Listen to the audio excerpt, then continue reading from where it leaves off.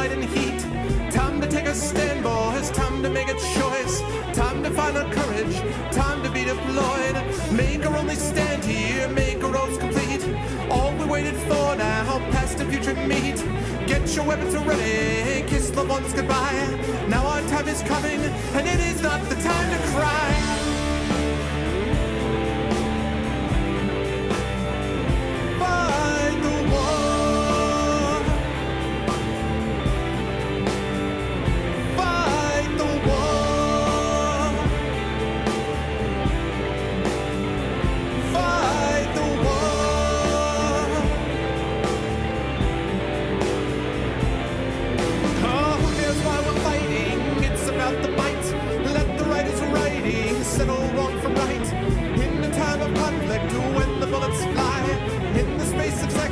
A life you cannot buy. Face the facts before you, face the simple truth. We're hopelessly outnumbered, it's tragic but it's true. Make your last formation, take the final road. Now it's time for endings, now it's time to go.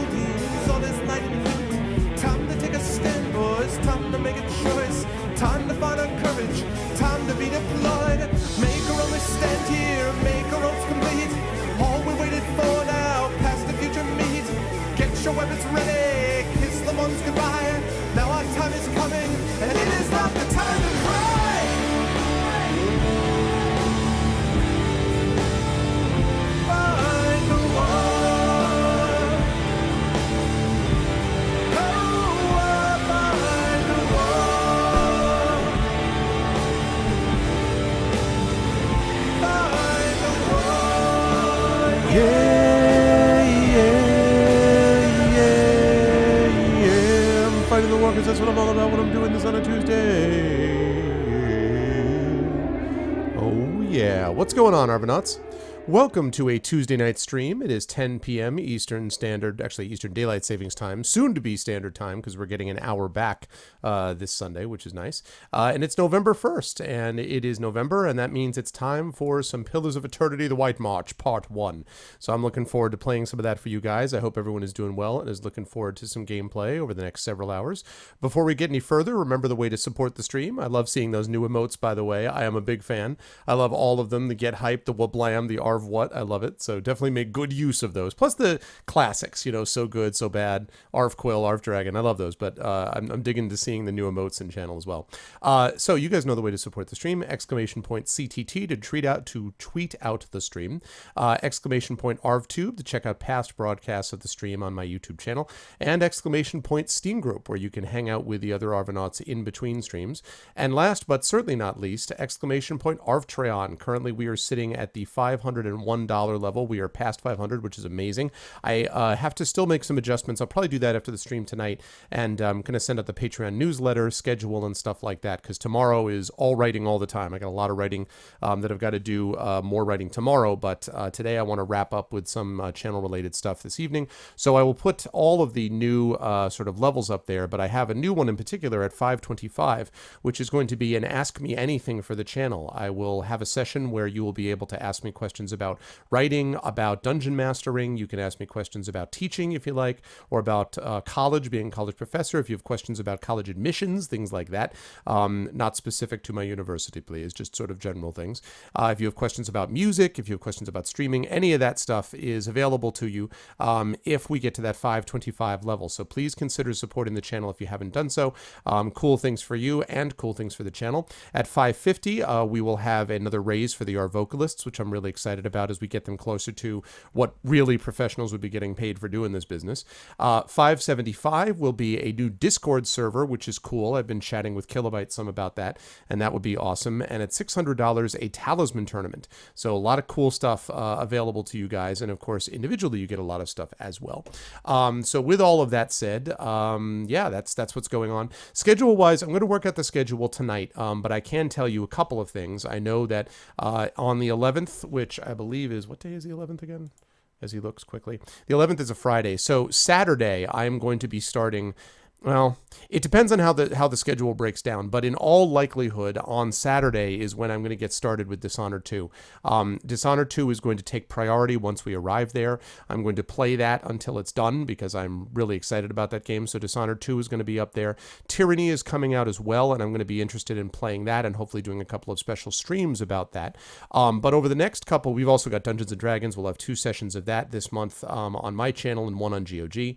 I just finished the Testament of Sherlock Holmes on my Pen and Pixel show on GOG, so I'll be moving into Star Trek Judgment Rights next. That'll be the next game on that show. But as far as this channel is concerned, Pillars of Eternity: The White March Part 1 is going to take most of our attention for the next couple of weeks. We are going to be doing a marathon session of The Legend of Zelda 2: Adventure of Link that will probably wrap up that game, I suspect. Again, I don't know exactly when that will be. I'll have to look and see when that's fit. Also, we have another session that we have to get in to finish up Return of the Wanderer, Fighting Fantasy Gamebook CC number 3, Cretan Chronicles Gamebook number 3. So we'll have another session of those to do as well. So a lot to schedule, a lot to arrange and get in and do all that good stuff. So that is all going to happen very soon. The other thing I want to announce, and I suspect this has already been announced by Dave. I hope he has, but I believe he has, but I'm going to mention it anyway. And if not, I hope he's not upset with me. But I'm going to be appearing, and probably this is going to be Thursday the 24th. So that's Thanksgiving evening.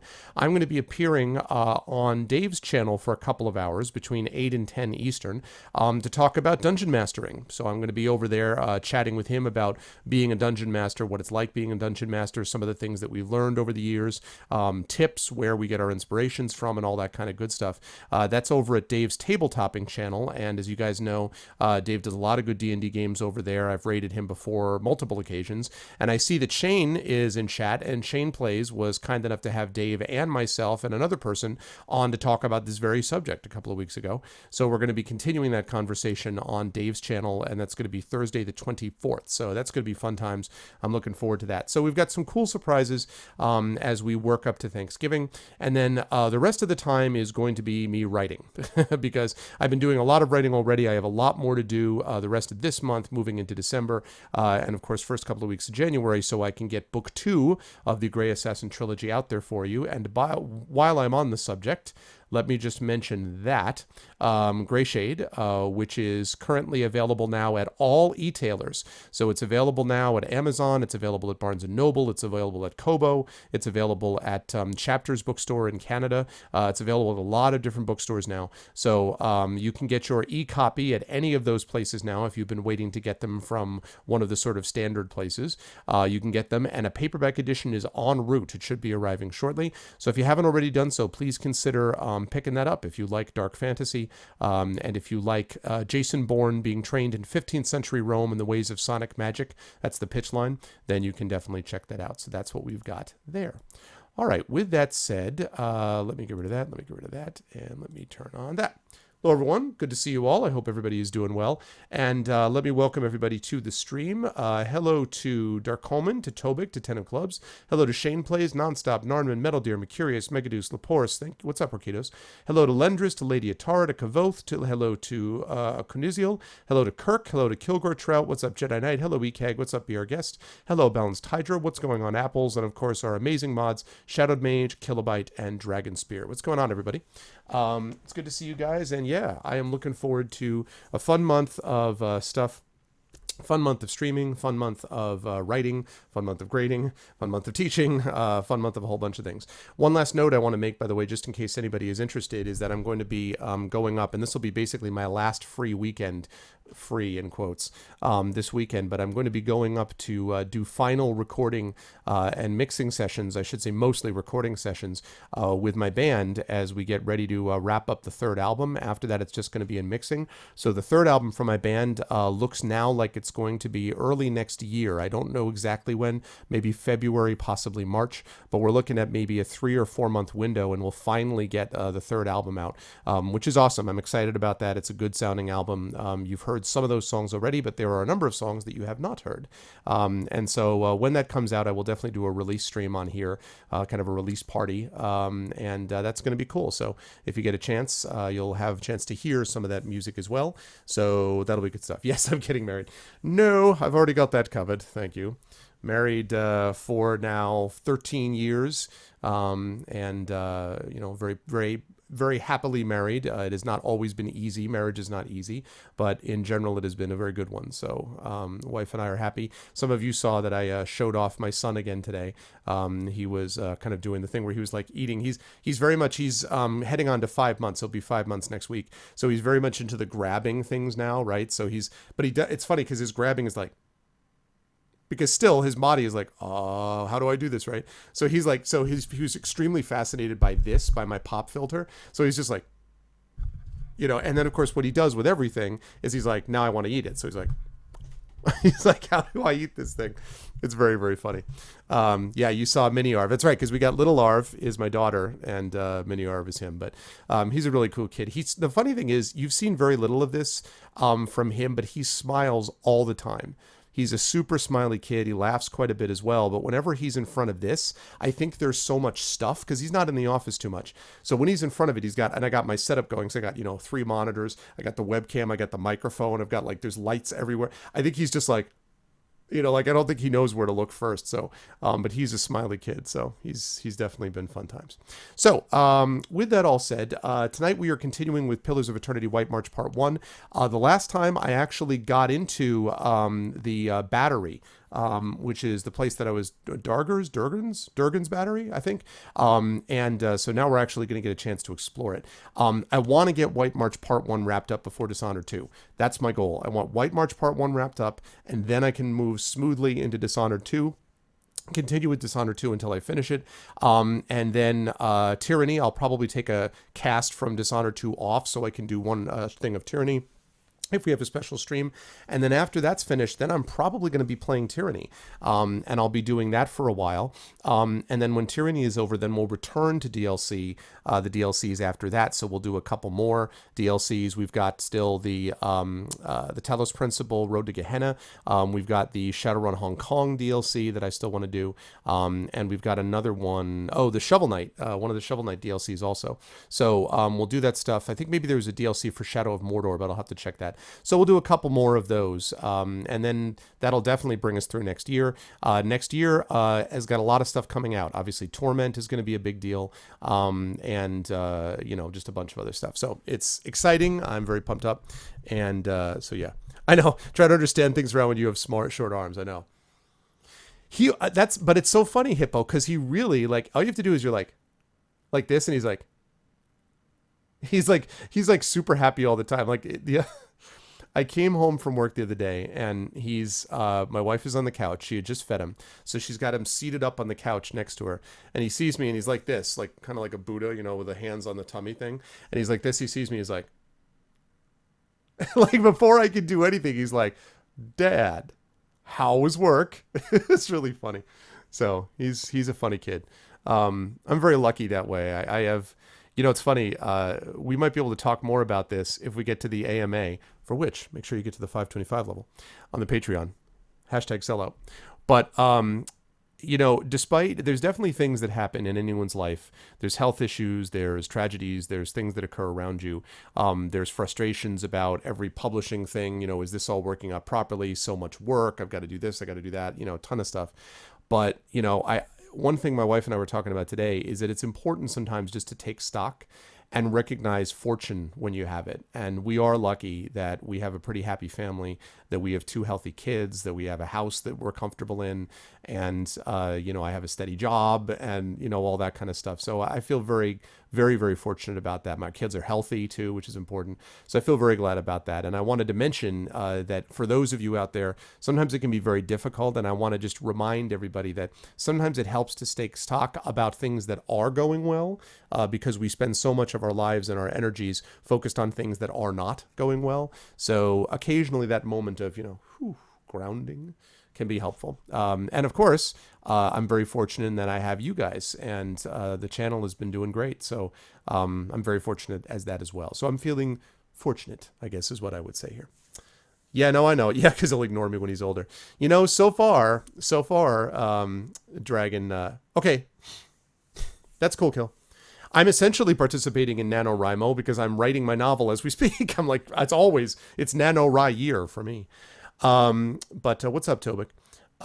Yeah, I mean, the thing is, so far, Dragon, I mean, knock on wood, but, I kept hearing about how the other shoe was going to drop with my daughter as well. And so far, we have a really good relationship with her. So, I'm hopeful. My daughter and I, it's very important to me. You guys know how I'm like, Cenevine is my heart. I think I may have mentioned, but my acknowledgments page for Greyshade actually says to Clea, that's my wife, to Clea, my guide, to Cenevine, my heart, that's my daughter, and to Kaylin, my future. And I feel there's some truth to that. Cenevine really is kind of my heart in a lot of ways. And so I have a very, very, I can't even describe, how special she is to me. So, and I'm going to tear up, and nobody needs that right now. So she's a great kid. And, so it's important to maintain that relationship with her. But I feel like although there's some things about the super young ages I miss, I really like her now too. I like watching them grow up and seeing the cool things that happen to them. So it's always about being present in the moment as much as you can. So that's important. Oh, that's too bad, Shadow. I'm sorry, man. He's puzzled with my beard. Yes, he is definitely puzzled with my beard. His favorite thing to do when he's me, he's like smiles at me, and then he's like, right, which is right now I've got this trimmed. I just trimmed it yesterday. So right now it's like, nice and comfy. So he can't really get a purchase on it. But man, if the hair gets a little longer, he's like, and then up to the top of my hair, and I'm like, man. So it's kind of funny. Anyway, enough chit chat, enough jibber jabber. Let's get into some game playing, because that's what we're all here for. Let's get over to Pillars of Eternity, The White March, Part 1.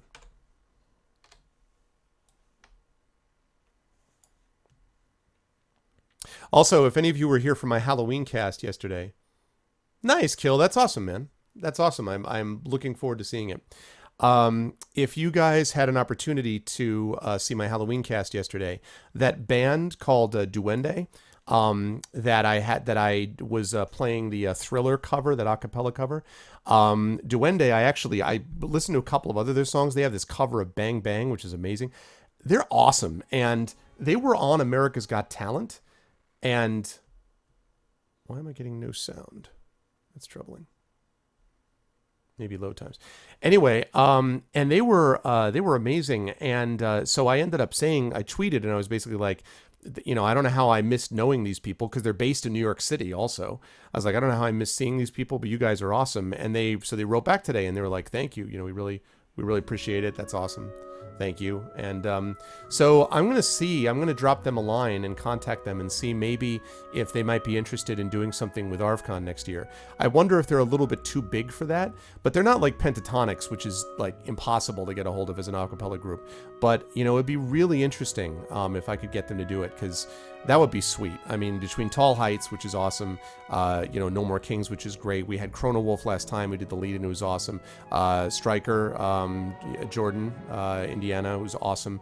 All of those guys did a great job. And, of course, Super Guitar Bros, who wrapped up for us last time. I'd love to be able to add these guys to the mix for ArvCon 2017. So we'll see. It'll be awesome.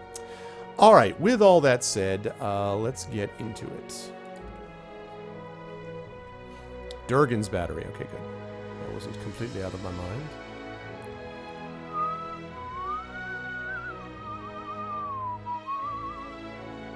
Here we go.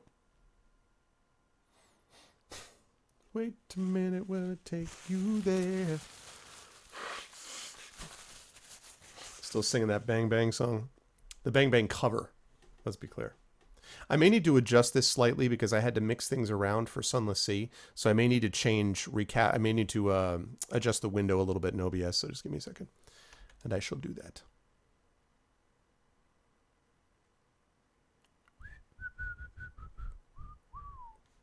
Exactly, Tilvik.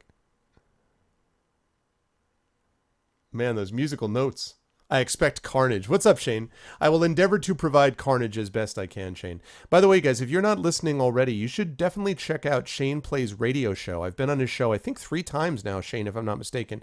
Shane's a really nice guy, and he does a show down in Arkansas every Saturday, and he is keeping it real in the South with the nerd cred, you know, with the D&D cred, and he had me and Dave and another person who I think was the representative for Steve Jackson Games, if I'm not mistaken, although the name escapes me, last time, but, and I'm going to be hopefully back on with him sometime next year. But he's a really cool dude, and you guys should listen to his show. It's every Saturday, but it's also on podcast afterwards. So you definitely should check that out. Need a barbarian to have carnage. Well, I mean, we need Krund the barbarian. You're going to start doing a podcast? Nice, man. I approve. There we go. Lovely. All right. Let me recapture what we got here. So,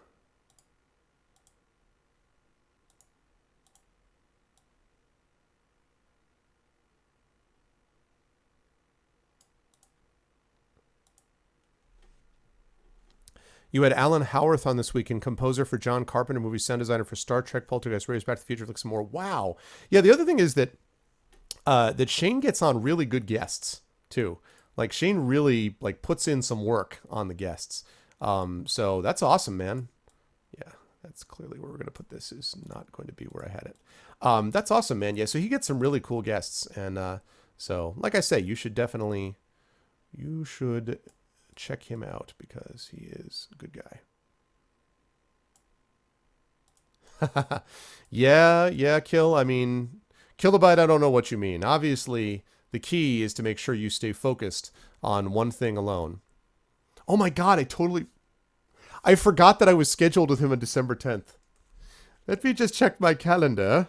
I forgot we rescheduled that because I ended up showing up with you. Yeah, I do have it scheduled. Whoops. Sorry, Shane. For some reason, I totally forgot because I do have it on my phone, but I forgot because we ended up showing up and doing like some other stuff as it turned out anyway. So I forgot that I was scheduled again. That's cool. Yeah, Kilobyte, I don't know what you're talking about. I mean, clearly I have decided to just vent my creativity in one fashion. So I think you need to focus only on one thing ever. And I think clearly having multiple creative avenues is so. Oh, it was Tony. That's right. Yeah, he had some cool things to say too. Definitely. All right, let's get it on, folks. Let's figure out what's going on here. Indeed. All right, I believe, if I'm not mistaken, that this was, yeah, cool. All right, the war room. This was the Great Hall down below.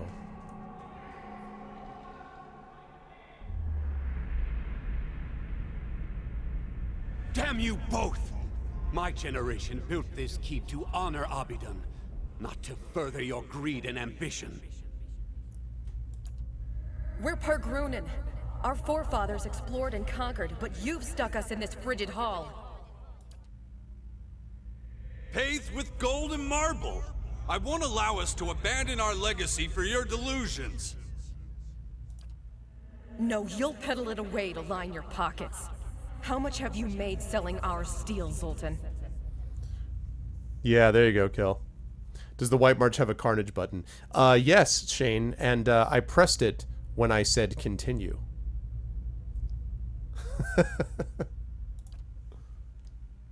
Again with your lies. You think I don't hear you turning the others against me? These walls echo, and... That sounds like Matt Mercer. Enough! I'll send the Forge Guardians on both of you if that's what it takes.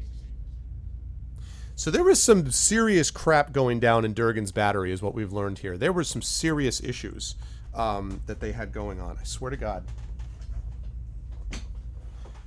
I cannot keep the flippin' wires away from the wheels of my chair.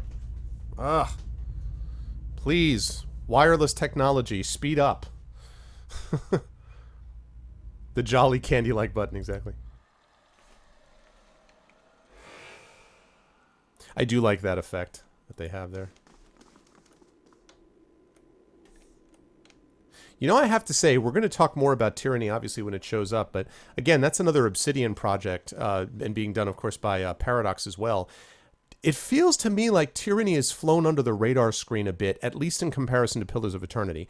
Pillars of Eternity was a freaking huge deal. Like, just a huge deal. And I feel like this game, I feel like Tyranny was, I mean, obviously I knew about it and everything, and I know people know, but it has not had the same, like, whoa, which makes me wonder. I would actually wonder if, when it gets released, if it is as good as it seems to have the potential to be, it could really blow people away. Pillars of Eternity had a big effect, but there were some people who were a little let down, I think, just because of how much hype it had. But Tyranny is, I thought, a little bit under the radar, so we'll see. RF cable management fail. Exactly. Man, I just... You think you glimpse flickers of movement in this tarnished, clouded mirror. Okay. All right. What? Durance, if you would. A simple test. Yep. That's settled. Boots of stability. Oh. What are boots of stability? Plus 30 defense against prone attacks, plus 15 defense against push attacks. Huh. Okay. I keep forgetting what everyone's boots are. Let's see first of all that goes down. What? Here we go. It's because Torment and Bard's Tale 4 and Wasteland 3. Yeah. Wasteland 3 I don't have any interest. Bard's Tale 4, I might have interest. It depends on how it's done. I played Bard's Tale 1, 2, and we'll see. I'm not sure that I don't remember it. It was not very memorable, basically. Oh, did you, Tobik? Paradox is the publisher, but Obsidian's the dev. Everyone's boots are made for walking. See, and here's the thing. Like, Obsidian... Remember, Obsidian basically has been, so they've had Pillars of Eternity they've been doing the development stuff on. They've been doing the Pathfinder Adventure card game PC translation, thing, which I told you guys about, and I actually demoed here. As you guys know, I interviewed that guy, the developer of it, Nathan Davis, I believe. And then they're working on Tyranny. So Obsidian is a good-sized studio. I mean, there's other companies, obviously, that are bigger, but they're, fairly impressive. Okay, what do we got here? Yeah, Constitution +1. We're not going to change that around. Property speed. I don't want to change that. Animancer's boots. It's not super exciting. Oh, you've already got boots of stability. All right, what about you? And you've got boots of speed. Okay. Actually...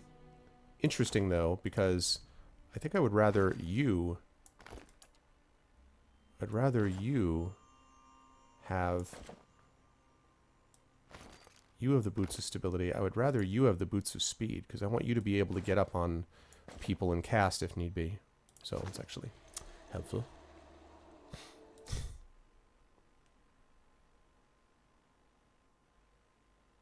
What do you mean PRing? As in, like, public relations, Hydra? Or do you mean, like, me playing it? What do you mean by PRing? Oh, yeah. I heard about Pillars of Eternity also. Yep, that's right, Shane. A lot of the guys at Obsidian were BioWare initially. So what do you mean PRing, Hydra? Also, hi. You can trust me. You can... Yes?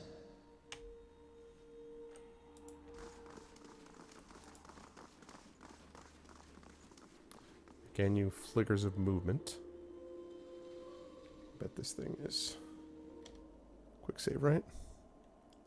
Oh, public relations. It depends on...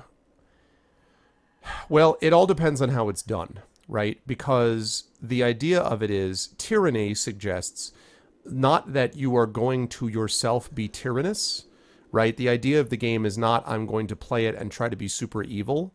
That would be difficult to sell, I think, because at a certain level, people want to be heroes. Everyone likes the idea that they're going to play a real terrible badass and, horrible person and whatever.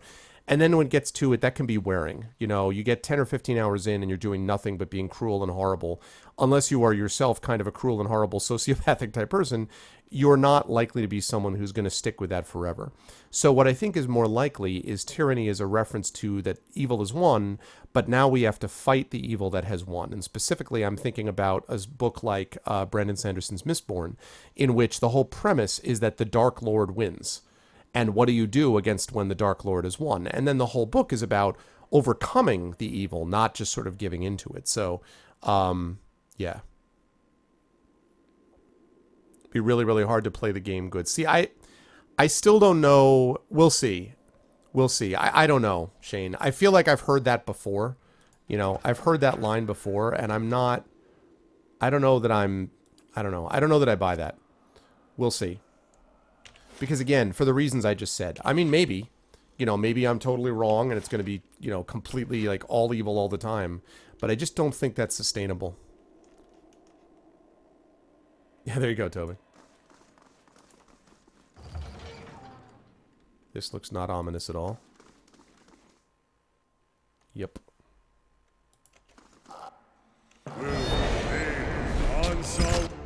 Okay.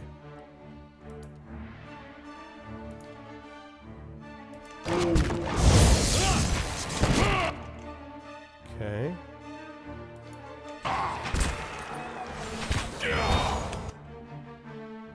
All right, everybody.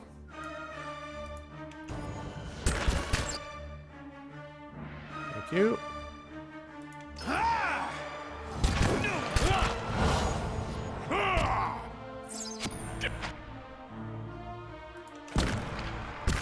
My mind.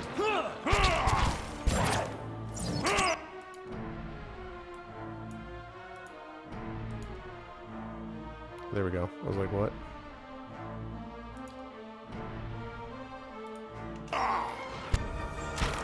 Disintegrate, please. There we go. Following your lead. Right. Oh, good. We got some level ups too.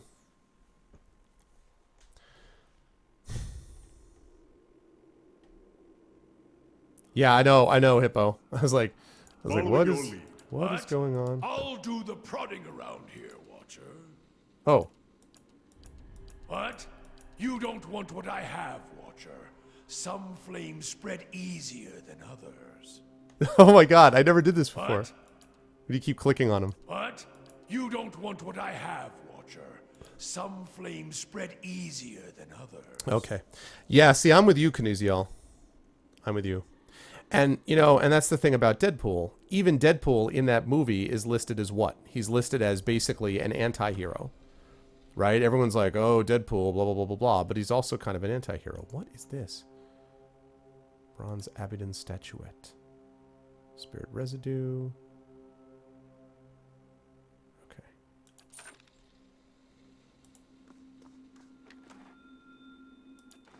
Right. If it makes you rest easier. All right, let's level up here. So we'll see. I mean, obviously none of us know for sure, but I don't know.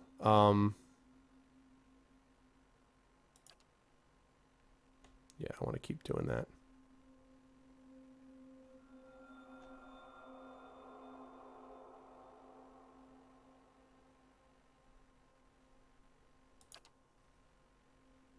Okay.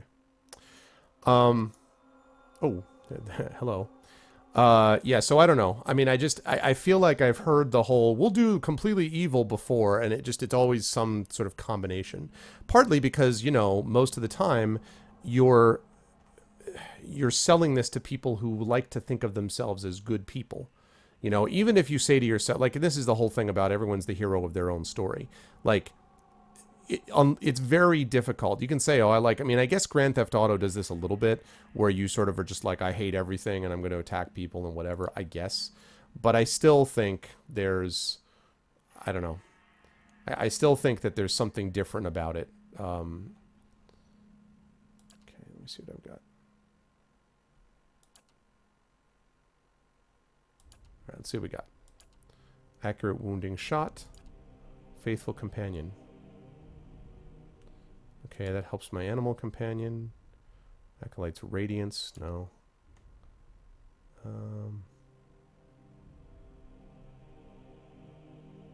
Sneak attack. That's interesting. Aspirant's mark. Speed fast. Area of effect. Foe. AoE. -8 deflection. -8 reflection for 30. That's pretty good.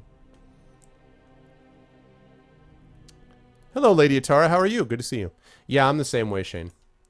I've often thought, I mean, obviously, having written a book called Grey Shade, I don't have a problem with morally gray characters.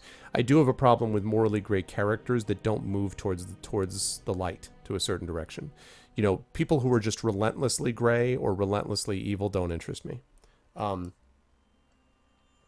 In fact, I think it's sometimes sometimes harder to play the more straight and narrow path because it's so currently hipster to play the evil one. So, but that's just my thing. Okay, Gallant's focus. Accuracy is nice. Novice is suffering. Unarmed damage, no. Outlander's frenzy. This must be some of the new stuff from the DLC. That's an encounter. Prestidigitator's missiles. What is this now? As a hedge wizard. What? No. No. Veterans recovery. That's cool, though. Okay, veterans recovery is the one I'm leaning towards right now. Okay, I'm leaning towards veterans recovery. Let's see what else we've got. This is weapons focus. Blah, blah, blah, blah.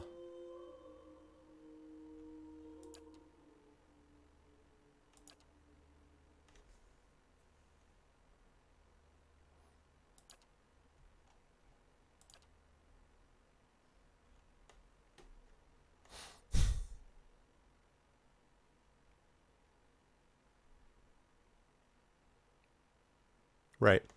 Well, and I would say that, you know, because here's the thing, too. The reason that evil sometimes works in the short term. In the long term, it's very difficult to sustain it because evil is fundamentally petty and selfish. Fundamentally. It doesn't matter how grand the overall scheme is. Eventually, it boils down to, I want. Right? So much of evil boils down to, I want. And you know, they can have, again, the overlay is different. I want to take over the world. I want to have grand power. I want to be able to raise creatures from the dead. I want to be able, right? But it all comes down to I want. Even Dr. Doom, who is as close to a lawful evil villain as you're going to get in a Marvel universe, in a comic book universe, right? I mean, because like Dr. Doom is like, I'm taking over the world because I know what I'm doing and I need to be able to restore order. Dr. Doom has a sense of honor. He's not chaotic, right? And yet Dr. Doom really comes down to I want because of X, Y, and Z, but still I want. So that means that evil creatures who are all about I want are not about we want, right? They're all about I want. And that eventually leads to breakdowns in many cases. There you go, Stonewolf. And that's not to say, right, exactly, Shane, yeah. And that's not to say, by the way, that characters don't have differences of opinion. And I've, you know, done panels on this. Making villains into characters that are just sort of one-dimensional whatevers, that is not a good idea. Making villains into these people who are just like twirling the mustache thing is not a good idea. Villains can be sympathetic. Villains can be you know, complex. They should be complex. Villains can lead. I'm not in any way suggesting you should make them one-dimensional, but I don't agree with this logic that villains are much more intriguing than good people are. That's not true. It has to do with the nature of the way you do it. So, yeah, he is. Oh, hey, what's up? Look at that. Turbo Tango. Ladies and gentlemen, Turbo Tango. That's Capoeirist Mike. Mike Underwood, who is my Speculate co-host and good friend and author extraordinaire. I actually, hey, let me see if I have it here. Where did I put it? Yeah.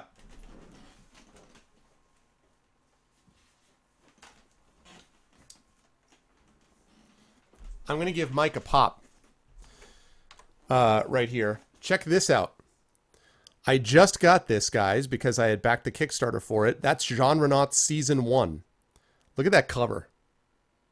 It's got that like woodcut feel, you know? Really, really awesome. I saw an early version of this, but that's Jean Renault's Season 1. Look at that. Look at that. Look at that. Look at that goodness. Look at that reading goodness. It is the omnibus of his first season. So you guys should definitely check this out if you haven't. It's cool stuff. Mike's a good writer and has a lot of good ideas about stuff. And so welcome, Mike. Turbo Tango. That's cool. I like it. Yeah, proactive characters, characters with agendas. What's this here? Right. And that's true. And that's the problem. That's the Satan problem, right? That's the problem of Satan, which Milton ran into, which is that if you guys read, and you should, Paradise Lost, the opening chapters of Paradise Lost by John Milton, Satan is the hero. Straight up. He is a classic hero. I mean, he lands on the ground and he strides across the fires of hell with his massy shield. And you're like, oh, damn, this dude's, you know. And yet, in the end, his pettiness and his desire to, his disbelief that anyone could possibly forgive him what he has done is what ultimately dooms him to stay where he is. So he is a character that changes things and that alters things and wants to sort of fight against authority, which was very appealing to John Milton, who was not pro-authority at all, if you know anything about his personal history. But there were limits to it also. So I find that interesting. How many pages? Well, he would know that, but 495 pages of power. That's what I'm talking about. 495, so it's good stuff. Yep.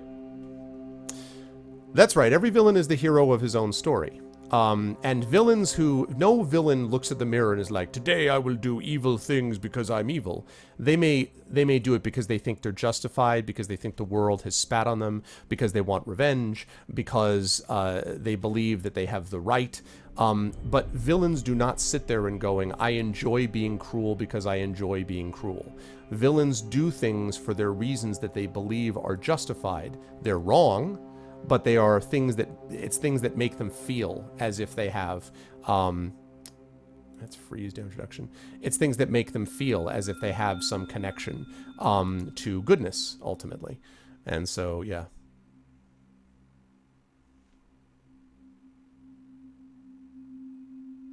That's interesting. 170,000 words. Yep. Yeah, there you go, Turbo. See, that's interesting. Turbo. I'm gonna have to get used to that. The interesting thing about that is that the sort of folk version, and because Turbo, you know, Mike actually happens to be an expert in folk tales and folk lore, so he is the person who knows about this stuff. +1 weapon set. Yeah, no, I love the veterans recovery stuff. Yeah. I love that. I dig it. Thank you very much. I appreciate it. Yes, Greyshade has hit all of the ebook retailers, which I was happy to see. It's actually on Amazon right now, and as Barnes & Noble, Kobo. It's on Chapters up in Canada. It's available on their website, so it's everywhere, and I'm happy about that. Paperback edition is on the way, and I'm super excited about that because I can't wait to... I want that unboxing, man. The unboxing video of the paperback. Oh, it's going to be sweet. I'm digging it. Hey, Demiser, what's up, man? That'll make it easier for you to pimp the book out to folks. Yeah. Well, they did it. It's exactly how they said they were going to do it, Mike. They were going to do it for a month at the lower cost at Andre Librum only, and then just as they said, they brought it up to $9.99 and they made it available everywhere. So they're sticking to their system. You know, they did it right on the 31st or whatever it was. So I was glad about that. But yeah, thank you. I'm excited. What is the Gostak? I have no idea what the Gostak is. Look how badass Eider looks, man. How badass does Eider look? Look at that. Look at that. And he's still got the freaking... he's still got the cupboard door as a shield. Look at that, though. Look. That is dope. I mean, look. Look at this guy. That's dope. I'm sorry. That's ridiculous. Man, that is no joke. Right? It's like a freaking Viking. Yeah, exactly, Strike. I'm playing Bad Rat's new update. Okay, so this is Outlander's Frenzy. What else have we got here? Acolyte's Radiance. No. Sneak Attack, no. Aspirant's Mark. No. Enigma's Charm, no. I want more passive stuff. No. No, because he's never unarmed.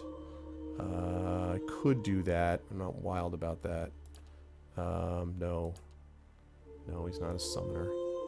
Wounding Shot. Why would I... No.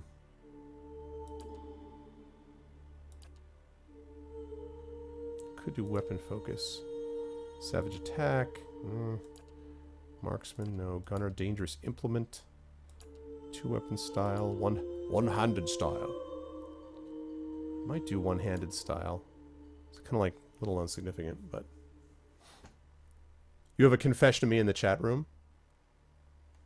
The Gostek is that which distims the dashes. Demiser, I don't... I love you, man. I have no idea what you mean. You have not helped with this info.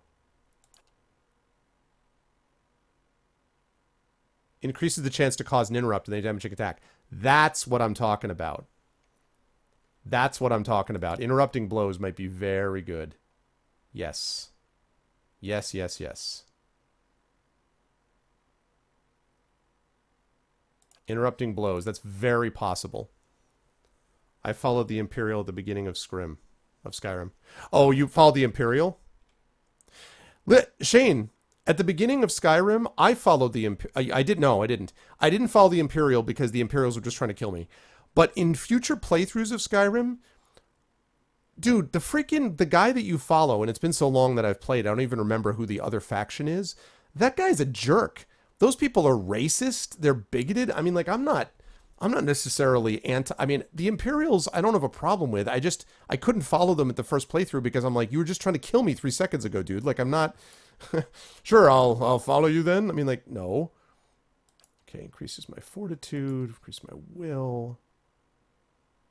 Character's defense against charmed, confused, dominated, frightened, terrified. That's cool. That's more unstoppable. Cautious attack. It's modal. Superior deflection.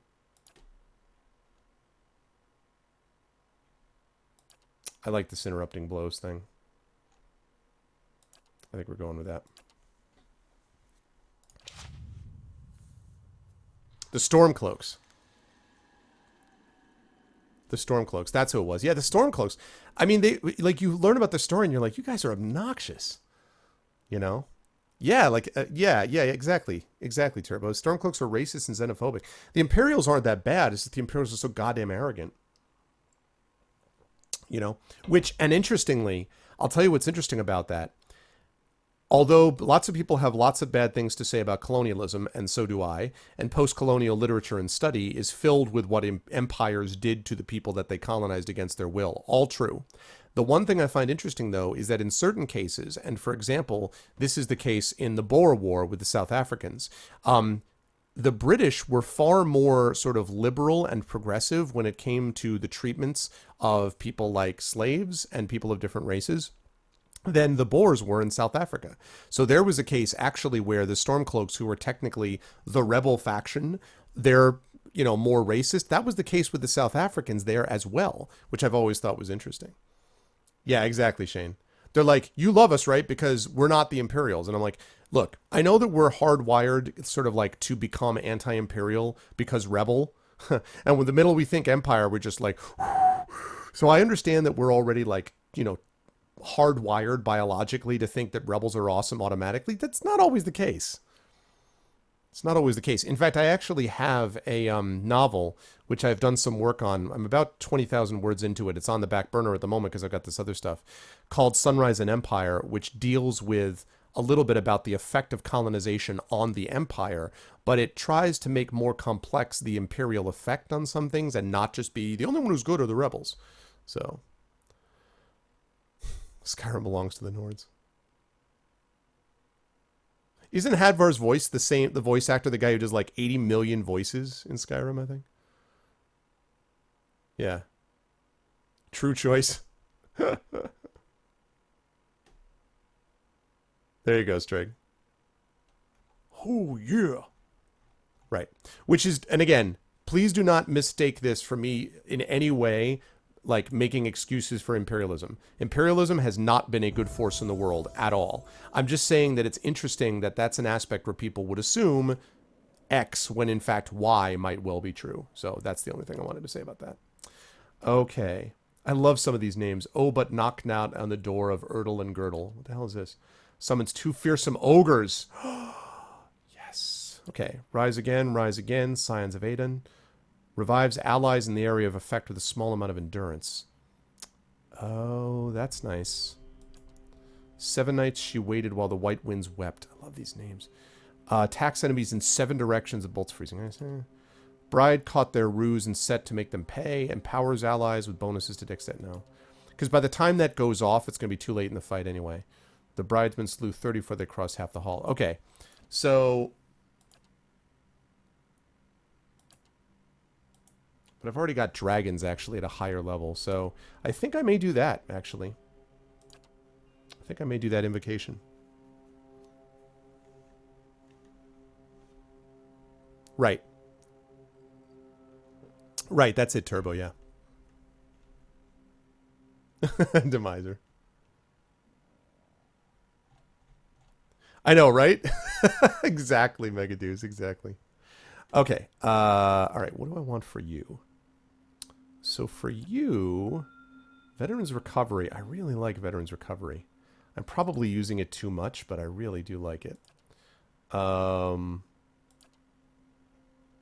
Yeah, I'm going to do Veterans Recovery. I just like getting endurance back. I really do. Lovely. Okay. That is wonderful. Let's quick save it. Right. That's right. And, you know, so one of the things that I think is important about this, it's something that I actually teach in my science fiction course, is consequences, understanding consequences. So many times people do not understand consequences, and the consequence is that you end up having terrible mistakes of judgment and errors made. And so that's one of the reasons why it's like you pull one string. You're not just pulling the string that affects the one part of the curtain. You're affecting other parts of the curtain that are tied to that string. So, yeah.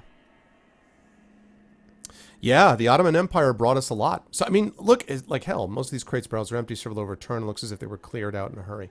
I mean, let's be clear, guys. There were lots of things that the Roman Empire brought as well. I mean, you know, and the Roman Empire had issues, quite obviously, but... Okay, Bill of Sale. You unroll the scroll and see an inventory of weapons and armor, swords, shields, breastplates, and helms. All are listed as sold to a Lucan of Dunrid. The bill is signed by Commandant Zoltan, coinmaster of Durgan's Battery. Okay.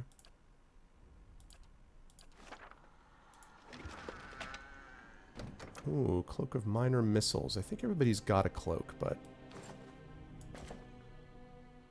And lockpicks. Always like those. Yep.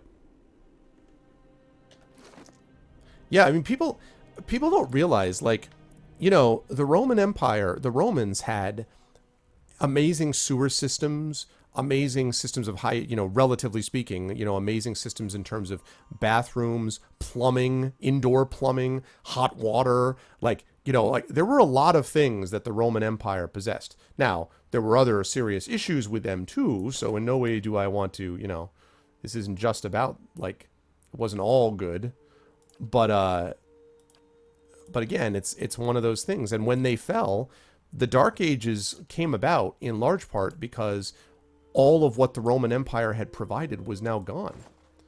And so, you know, which does not mean that, you know, the Roman Empire was awesome, and it's just pointing out that there are... He's a traitor to the battery. Different things going on. Whoa. He's a traitor to the battery. I like how they seed in these little bits of information here. It's pretty cool. Cement. Was cement a Roman innovation? That's not true. Is that true, really? I don't think I knew that. Is that true? They brought order. Now that's... Bring these walls down around us. again, in no way am I making a suggestion about, like, that's... I can do that. That's settled.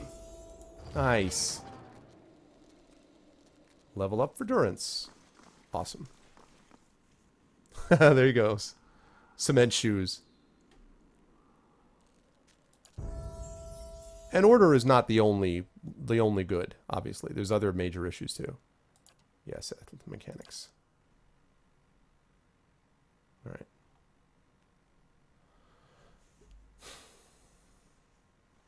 Oh, I think bonus 4th level spell is probably what I'm going to have to do. Although I do like Veterans Recovery. You know what? I'm doing Veterans Recovery. I know I'm doing it for all of them, but it helps. It really helps.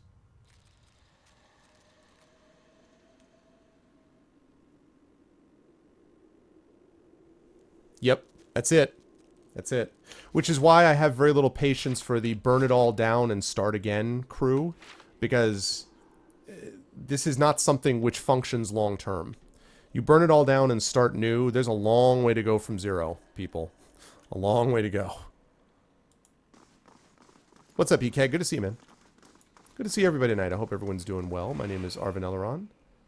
How long before the commandants come to blows? And I'll say more in a minute. Did you see the look in Maroon's eye?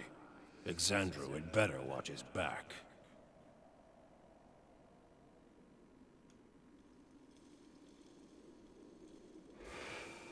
I love those little bits.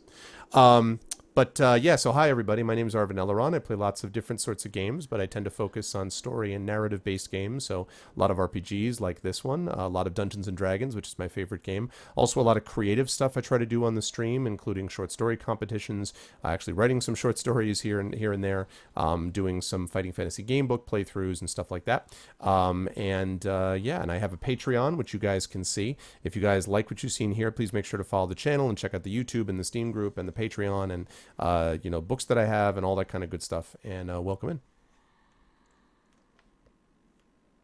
Yeah, you make a good point. That's true, Dragon. That's true. I'm talking about the western part of the Empire. That's quite right. That's true. Yeah, you're quite right about that. The eastern part of the Empire, and you, of course, would be a big fan of this, I know. Constantinople falling to the Ottomans, yes, I agreed. Yeah, you're right about that. The Constantinople sort of changed things around for quite a bit, and it was called the Holy Roman Empire, of course. So yes, you make a good point there. But the West, though, there is no question that Western Europe did go through a Dark Age period, which was hundreds of years in the making. And we lost so much stuff. Do you guys know, I teach, Euripides is one of the plays that I teach, Medea. Do you know that Euripides wrote something on the order of 110, we estimate, more than that, maybe, plays? Sophocles wrote probably 120, something like that, plays. Sophocles' work, seven of those plays survive. We lost a lot. And the only thing that maintained culture at all from that period were the Christian monasteries that kept a lot of that material safe.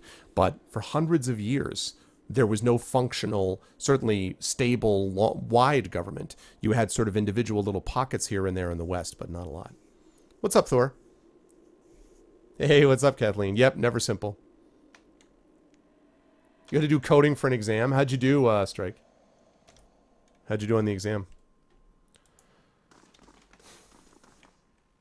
This place had something seriously messed up happen in it.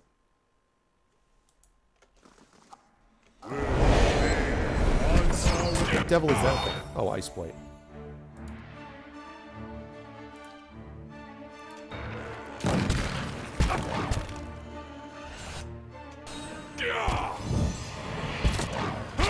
Okay.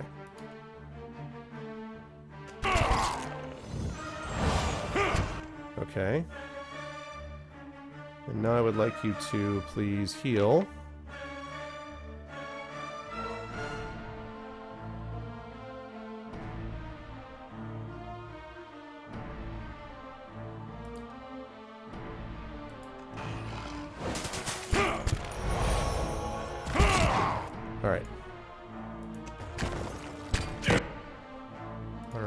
And let's get a disintegrate going on the battery defender, please. And we're not ready yet.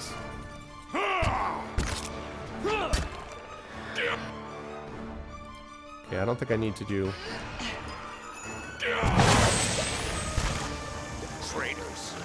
Yes? Oh. See, my guys have been so effective in these fights that, like, they just show up and then it's like, well.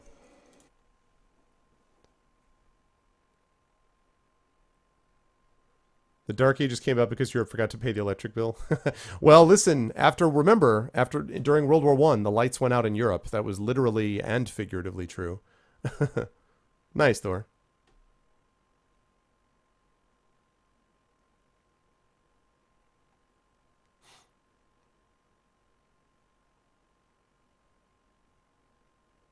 Yeah, that's true, Dragon. Although the Ottomans, I would point out that the Ottomans maintained other things, specifically aspects of Islamic lore and culture. So the Ottomans preserved their own things, but I mean, I agree with your point.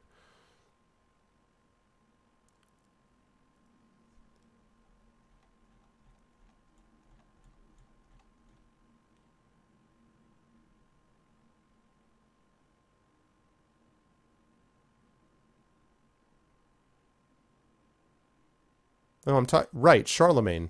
I know that. What do you mean I confused it? No, I didn't. I did not confuse that.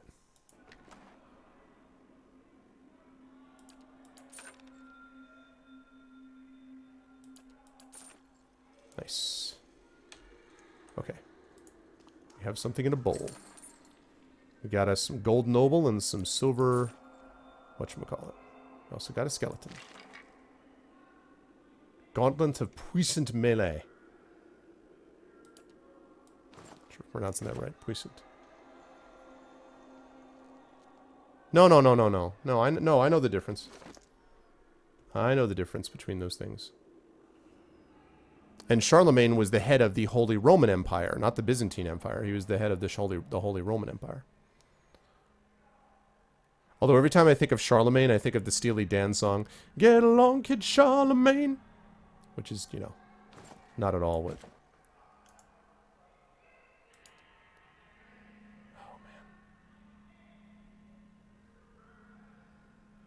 man. I really... Oh, okay, I was going to say, I was like, wait a minute, what do you have? +2 might, +1 con, okay. So, right. Do you have any gauntlets? Yeah, you do have gauntlets. 0 +1 to crit damage multiplier. Yeah. This is going to be better for you. Ah. Nice. The only person who didn't have any gloves. I wondered, you know, Kilgore, I wondered if you were going to hear that. Get along, Kid Charlemagne.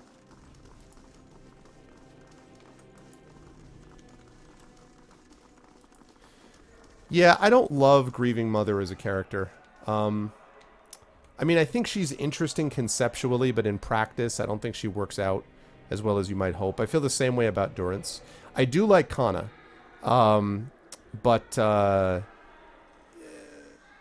don't know. The characters, I like the characters okay in Pillars, but I don't think it's the greatest strength of the game, to be honest with you.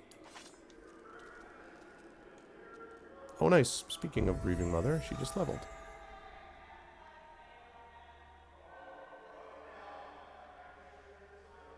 Yeah, I honestly didn't know that about Roman Concrete. That's really cool. Lore. You don't need more lore. I guess survival? Mind Plague. What the hell is this? Destroys an enemy's memory with calculated accuracy, leaving them dazed and confused before rapidly jumping up to 5 other enemies. So they get hit by the spell and then they're like, all right, all right. Let me see. Dazed for 16 seconds, confused. Wow. Okay, that's pretty awesome. Okay. Brutal Backlash. Psychic Backlash. 1 per encounter. Okay, that's nice. You have Veterans Recovery? Nope. That's what we're going to do. Veterans Recovery for everybody, for all my men.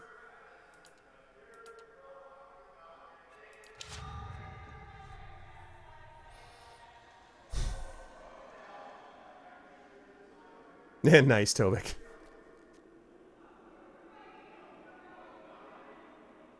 Mass Effect has always been on the top of your list. Yeah, I can buy that, Hydra. I agree with that. There's some great characters. Obviously, Rex. I liked Morden. Was great. And oh my god, and freaking oh my god, as I completely blank out, Thane? No, I didn't get that right. Who's the Thane, the assassin? How did I forget my favorite character in the entire Mass Effect series? What the heck is his name? Is it Thane? It's not Thane. What the freaking heck is his name? Is it Thane? It's not Thane. I literally just blanked. What is his name? Yeah, Thane. Okay. Alright, good. Thane. Thane is my favorite character by a mile. I love Thane. Not only do I love the original concept of Thane, I love the idea that he has these moments where he's literally reliving the moment as if he's there at the same time while he's also talking about it. Ugh. So sweet. I like Tali, I like Garrus. Yeah, thanks, Hippo. Thanks. You're all heart. The only person that I don't... the only characters I didn't like the mercenary guy. I don't care. Jacob is boring as hell, and I don't care who thinks about it. Freaking pull-up guy that was, you know, super, like, muscular dude from Mass Effect 3. You know, voiced by Freddie Prinze Jr. No, thank you. And I don't care. I can't stand Jack. I can't stand Jack. I know there's people who are just like, oh, Jack for life. Like, boring, boring, boring. Zoltan's the only one with sense. Anyone who says otherwise is a fool. Different, Dragon. That cheat sold our steel and kept the coin himself. Maroon? She won't rest until our corpses decorate the halls.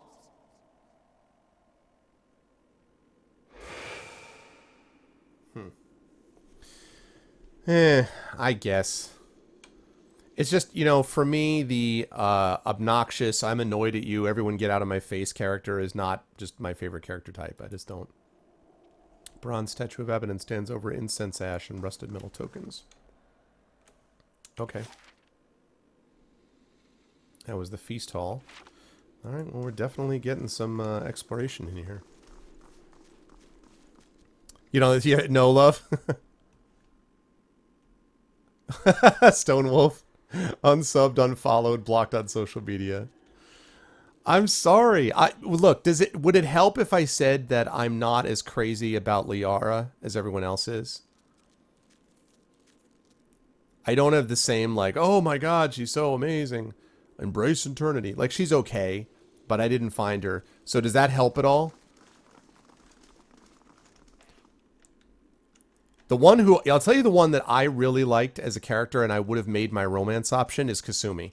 If I had the chance, Kasumi would have been all about it. I like Kasumi a lot. You haven't played Mass Effect. Oh, guys, you got to play Mass Effect. It's so good. Mass Effect, so good. Okay.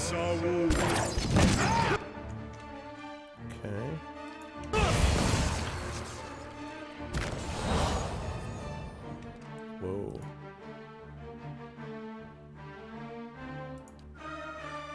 Alright, let's try out that Mind Plague. And...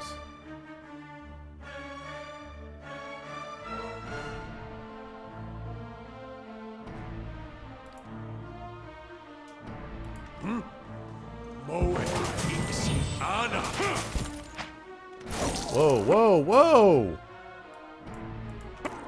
Get the hell out of there. What is going on with this?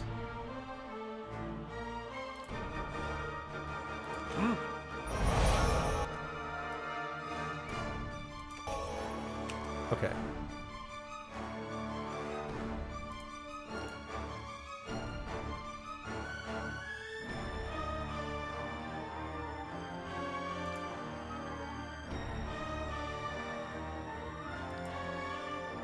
Following your This one repels my touch.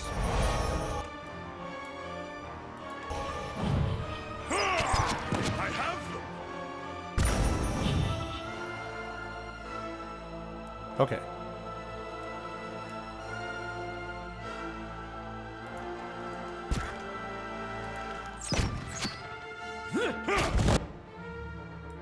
go.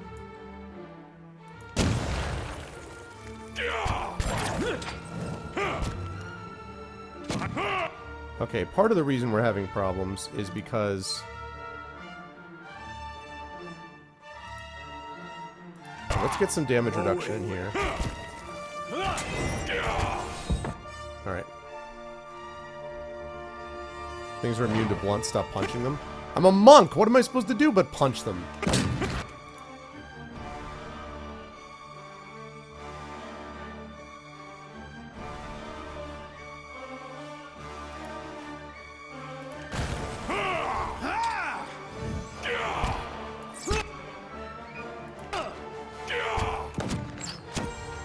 Okay. You.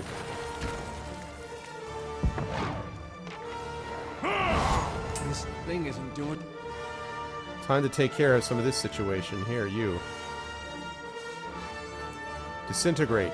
Your job. Have fun with disintegration, battery trees. And disintegrate.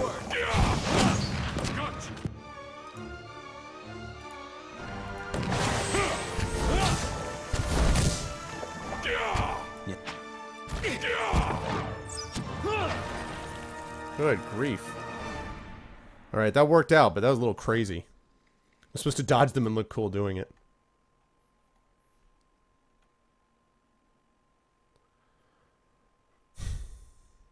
I missed some stuff here.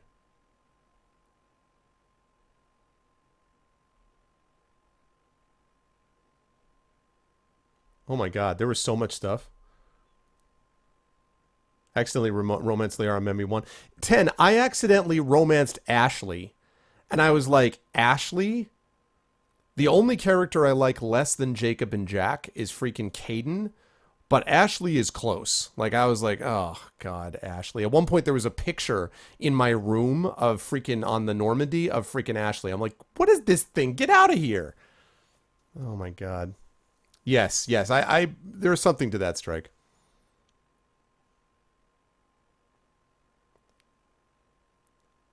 I love the first Knights of the Old Republic. Yeah, Coder was great. First Coder was great. Jack and Thane. What? Jack and Thane. Thane is like introspective and thoughtful, and Jack's just like, get out of my face. I had a bad childhood. Blah. Tattoos. Yeah, I'm with you. I'm with you, Mike. Mass Effect. So good stuff. Coder 2 was good. Exactly the same. I liked Coder 2. I like Coder 2. I didn't like it as much as Coder 1, though. Especially, like, the fan mods and everything. Coder 2's too long. There's some quests in there that are not interesting. They're just filler, basically. Liara is another very enthusiastic character, smart and good looking. Yeah, yeah. I'm not crazy about Liara. She's okay, but... Alright, now let's see. A remastered ME. I'm looking forward to ME 4, actually. Yeah, that's true, Hippo. Yeah, Andromeda. I know it, right? Good night, Mike. Good night, Turbo. Good night, Turbo. Caden had to die because Karth, enough said. Yep. No, I don't care. That was anything to get rid of Caden. Like, oh, my head hurts. Oh, my implant. Shut up. God, Caden. It's like walking around with Holden Caulfield from The Catcher in the Rye. Stop. Yeah, Miranda. It is Miranda.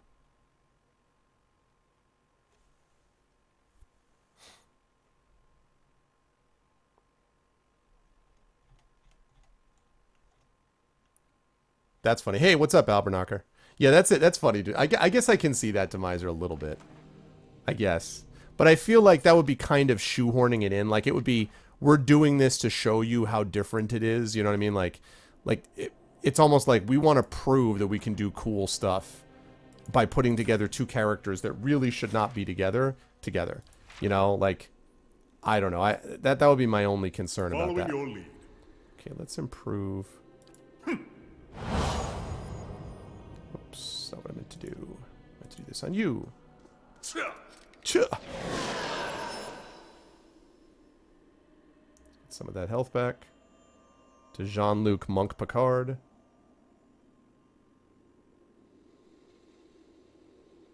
Cool. I'm here.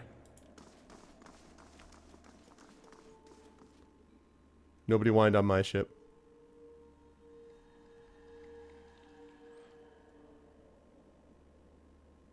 Oh, there's a Mass Effect fanfic? Oh. I can't believe I just said there's a Mass Effect fanfic. Of course there's a Mass Effect fanfic.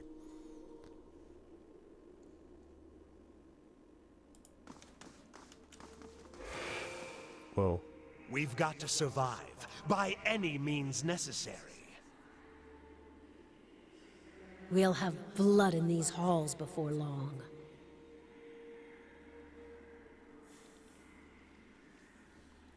So something seriously went down here.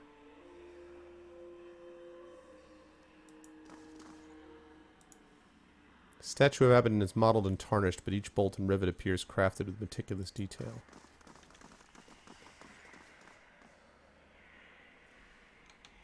It's interesting. These things don't leave. Interesting. I wonder why not. I got that up there. All right, let's save it. Oh, thank you for the host. Oh, thank you. Thank you, BB. What's up, Murin? I actually got a chance to lurk a little bit watching you play some Pathfinder today, BB. Mass Effect fanfic. I'm sure there's a million of them. All right, all right, all right. Because I don't generally think about fanfic, Demiser, except when I'm thinking about you. And then I think fanfic, because I know that you've written some, so then I think about it.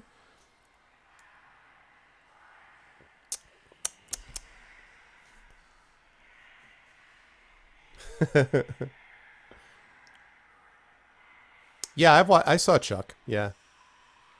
Oh, that's right. She was in Chuck. I forgot about that. That's right.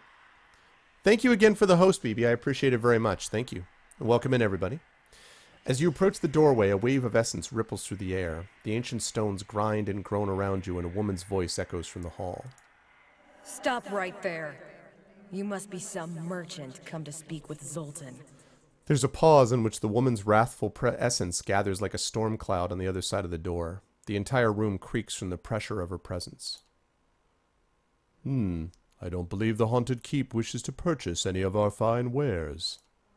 Our illustrious coin master may let you plunder our armory, but I've got other ideas for dealing with your lot. Her voice is sharp and loud like the slamming of a door. As her words echo in the chamber, the ghosts startle and flinch, glancing about in agitation. Oh, I'm going to have to fight all the spirits. Well, damn it. Turn and go before I show you how an arms warden deals with trespassers.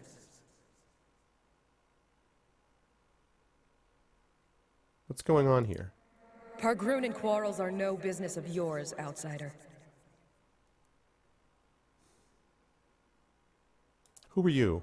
I'm Maroon, proud Pargren and arms warden of Durgan's Battery. And you're answering my questions now. A group called the Leaden Key is seeking something here. The ghosts stir, looking around and shivering. Their eyes widen and glow as they light on you as if they're noticing you for the first time. Just as quickly they gaze away and seem to forget you once more, but now they seem alert, wary. Whoever you're searching for, I haven't seen them. And none get past me. Leave our halls. Go back to whatever land you hail from. Oh, lore 7. So close, man.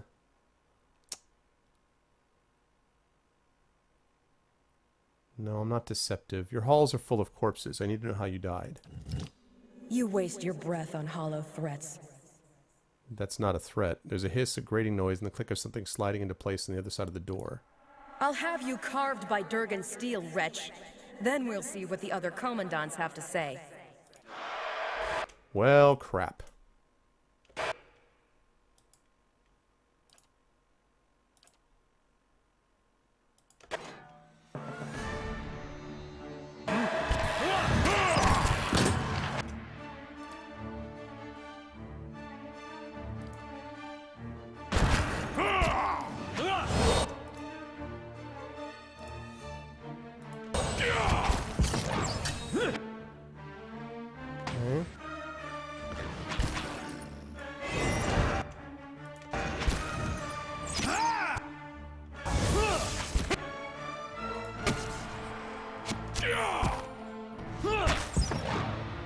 Wow. That was not nearly as difficult as I thought it was going to be. That was not that big a deal. Okay, so that's going to be... I don't want to go down there yet because I want to check that other place. All right, see you, Shane.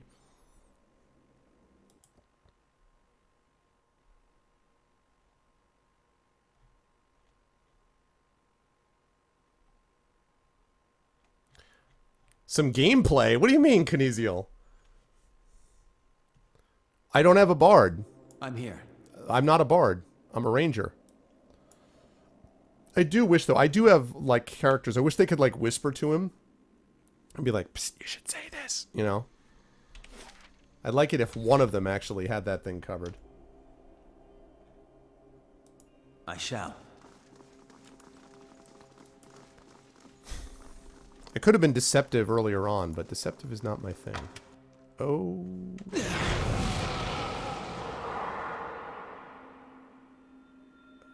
Okay. That hurt a little bit.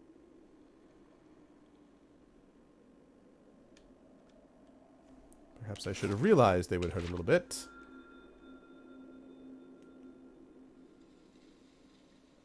What? Yeah. Margren's fire casts light in dark places. I forgot that I have to have everybody scouting all the time. Man. I'm here.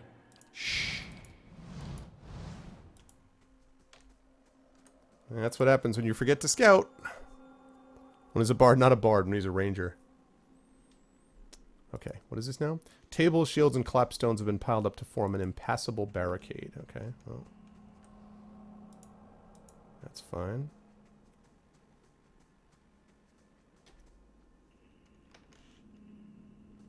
A simple test. I can do that. I can do that. I can do that. A simple test. Man. I gotta get through there. I need mechanics 9, huh? Do I have anything that can increase my mechanics score? Do I have a potion or something like that? Or a scroll?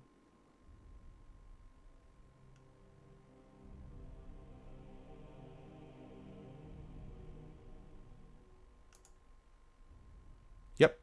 Yes, I do.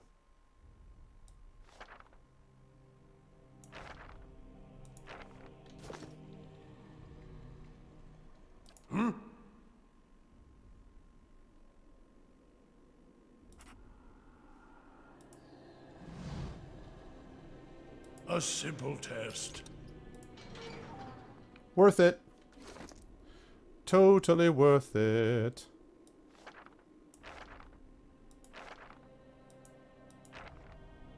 Okay. You can trust me. Actually, You'll regret this.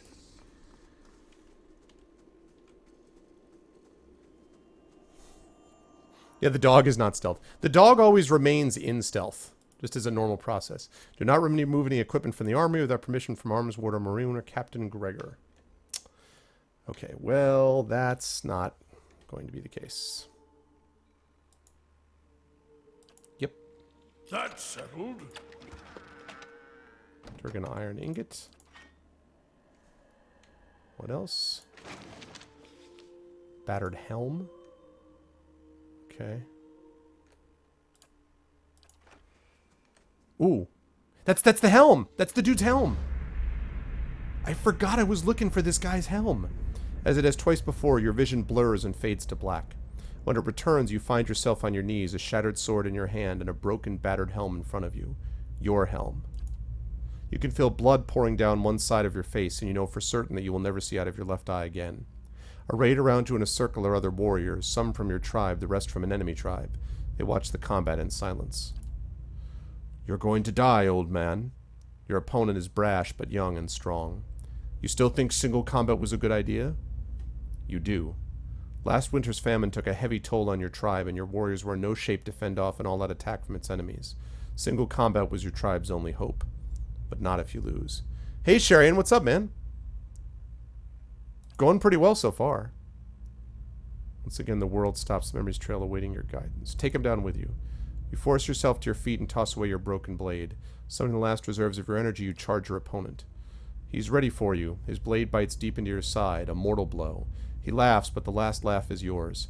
You were older and you were slower, but you're still strong. You seize the young warrior's head and with a roar of triumph snap his neck and drop his corpse into the mud. You remain standing, sheer willpower keeping you up until you're certain that you are the undisputed winner of the combat. It's not until the last of the enemy warriors have left your village that you allow yourself to collapse. The last thing you ever remember is the hands of your people reaching out to catch you. Yes. Yes, it's all coming back. My sister. My reign. The end. Oh! But I've only just seen it. There's been so little time to know what to make of it all. Farewell, Garrod. The wheel has no patience, it seems. I entrust my helm to your care. Nice. You find Garol's helm in your hand, whole and unbroken. Battered helm, severed horn, cracked horn, 59.94 experience. Farewell, my friend. And Garrod's chorus.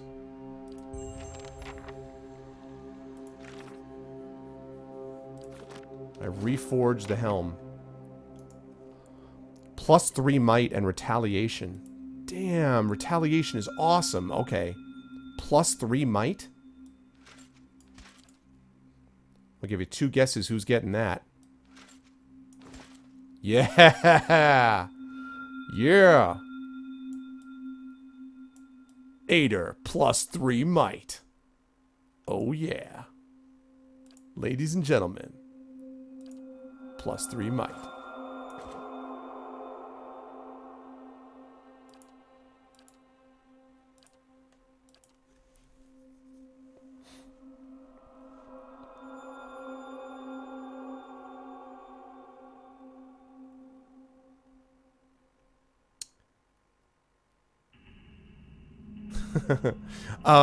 I have met the Devil of Karak, yes. I didn't find the Devil of Karak that interesting, I have to be honest. I feel like it's a good concept that doesn't quite... Again, it's another one of those deals. It sounds good, but doesn't quite work in execution. I have the same reaction just to a lot of the... What just happened? Okay. Girdle of the Driving Wave. What? To a lot of the Obsidian characters here. Like, it's fine, but... That's not what I meant to do. He accidentally took all of it.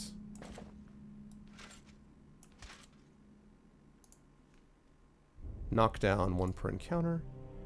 +3 might. I already know the answer to that. Ooh, actually, you know who would be great with knockdown? +1 endurance per 3 seconds.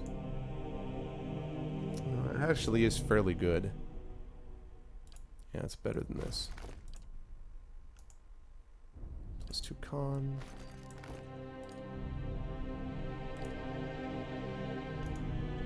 Trollhide belt.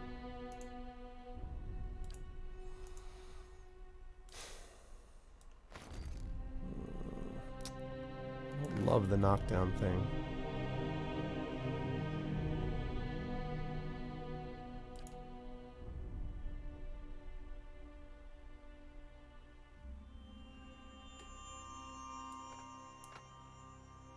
Okay.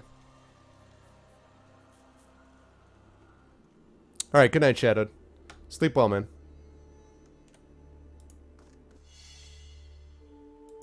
See now what the flame has shown us?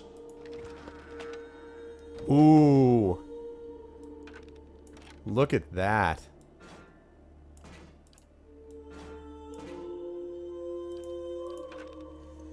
Look at that.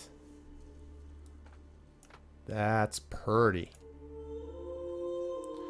Bagratter's Barricade. This heater shield bears the Black Wolf of the Bagrattor line, as well as the personal sigil of the shield's last bearer, Megrun Bagrattor. A renowned fighter, Megrun had a reputation for practicality and ingenuity, and in his hands, his shield was as much a weapon as his blade. Megrun had a particular fondness for taking on spellcasters, for his shield could reflect his foes' own arrows or spells against them, and a blow to the face from the barricade was usually enough to put an end to further casting. While their Ungrador cousins went on to rule the Coldwater region, the Belgraders did not survive the War of Defiance. Megran himself perished in the Battle of Defiance Bay, and his shield passed into the hands of a series of noble masters before slipping from common reflection. Oh man, I think we may finally have it. Yep. I think we finally got something to replace the Larder Door, guys. The Larder Door lasted all the way until a third of the way or halfway through Pillars of Eternity White March. But now I have to change it.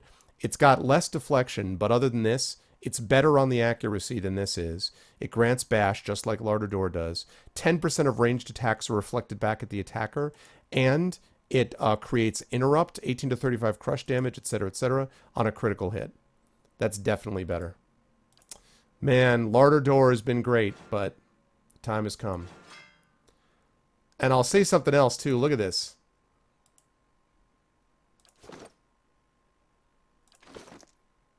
Look at that, man. He looks freaking epic now. Look at Ader, man. Look at Ader. You've come a long way from being a farmer, man. How you doing, Ghost of Christmas Future? So far, so good.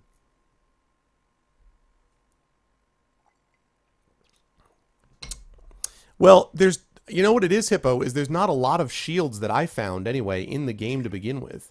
So, that's part of it. That's pretty sick. Look at that. Yeah. Yeah. Oh, fancy. Definitely worth going into this room. I had to burn a mechanics boost to do it, but it was definitely worth it. Okay.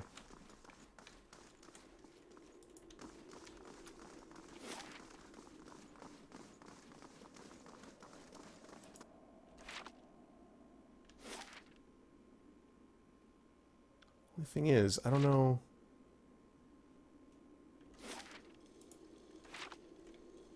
I guess I'm going to go down to... I mean, I guess I'll go to the stairs. I don't know whether to go through here. I mean, like, obviously that's the next place I have to go is there, but... So... Hit the barn door night. Hippo. Ooh. See now what the flame has shown us? Nice work.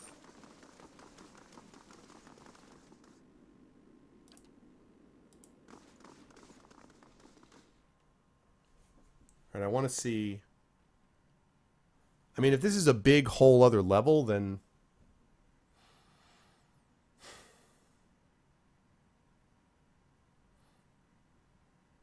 Yeah, so probably I need to go up, and this isn't the place to go. But I thought that other one, because of the fight that I just went through, was going to be like the next place to be. So I thought that I was hoping this was just like a little side room.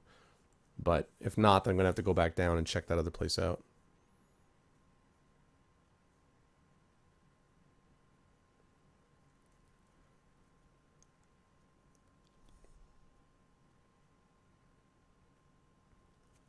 Yeah, that's the big thing for me, is that there's not that many. I always forget to bash, but the big thing for me is the fact that it doesn't use... is that there aren't many good shields. So I'll take the fact that it's actually better on the accuracy, and it's got the reflection of the missiles, and it's got the possible on a crit hit. It's got the effective interrupt and stuff, so...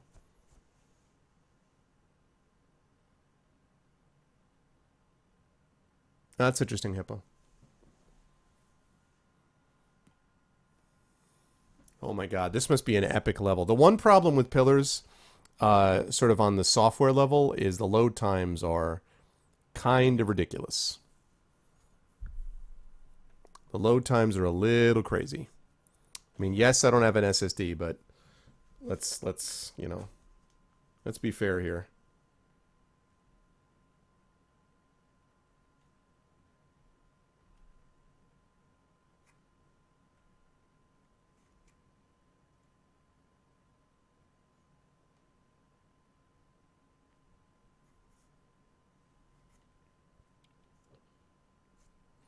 This is all still just waiting to load. I don't want to do that, Dragon. I'm going to SSD... When I upgrade the computer, as I've said, any computer I have from this point forward will always have an SSD. But I don't want to transfer stuff over. I don't want to fiddle with more, 2 hard drives, other than my external hard drive, obviously, that I've got already. I don't want to fiddle with more hard drives and getting more. I just don't want to do that. This computer already is probably, I got this in, this thing is probably 4 years old now, actually, this computer, now that I think of it, 3 to 4 years old. So, you know, and I've upped it quite a few times. The only thing that I could do still with this motherboard is I could technically, I could go from an i5 to an i7. But other than that, this thing is pretty much maxed out. So I will either get an i7 and then after 6 months or whatever, then just get a whole brand new setup, or I will just get a whole new brand new setup. But that's not obviously my financial priority at the moment. Can't RAM it. I've already got 8. It's already maxed out. I got 8 gigs of RAM in here, and that's the max on this motherboard. Oh yeah, Kilgore. Have you guys seen? There's this story about there's this gas station somewhere in Eastern Europe, I want to say, that has been using an old Commodore 64 to run their garage software, like their diagnostics and stuff. That's still working, and it's got like dirt and soot on it or whatever, but it's a functioning Commodore 64 that still is running the shop. Just get a whole new setup. Yeah. Oh, install the game into RAM. Oh. Yeah, that's kind of what I felt like, Strike. I felt the same way. I'm like, I might as well just like get the whole thing brand new to begin with. It was hard enough having to put a whole new fan setup. I had to put a whole new cooling setup on my CPU because it was running too hot when I was playing The Witcher, and I ended up having to get this aftermarket thing. And I got a good one. I got a hypercooler deal, hypercooler Evo something, and but getting that freaking monstrosity on there was no joke. It was worth it because it dropped the temperatures by a good 15 to 20 degrees. So it's totally worth it. But what the freaking heck, man? What is the deal? This is way too long. Way too long. It's also too hot in this room.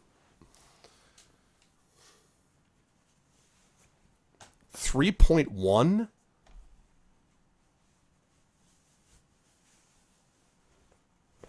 No, it's done this before.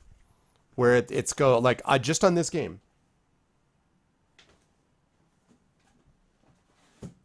Just on this game, it's done this before where it's way too slow. It just takes forever to load. I mean, this is nuts.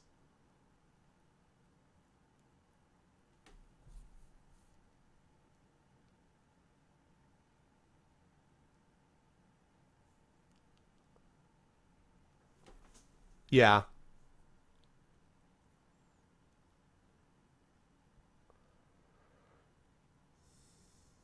Yep.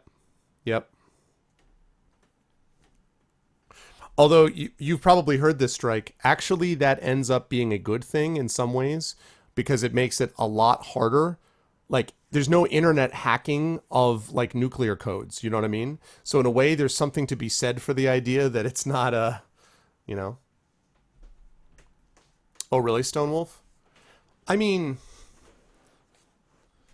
geez, I mean, like, first of all, I think I don't know how many saves I've got, maybe 15 of them. I don't have that many saves. Secondly, I've got 700 gigs free of space on this computer. And thirdly, how long has this game been out? Like, this is ridiculous. This is totally ridiculous.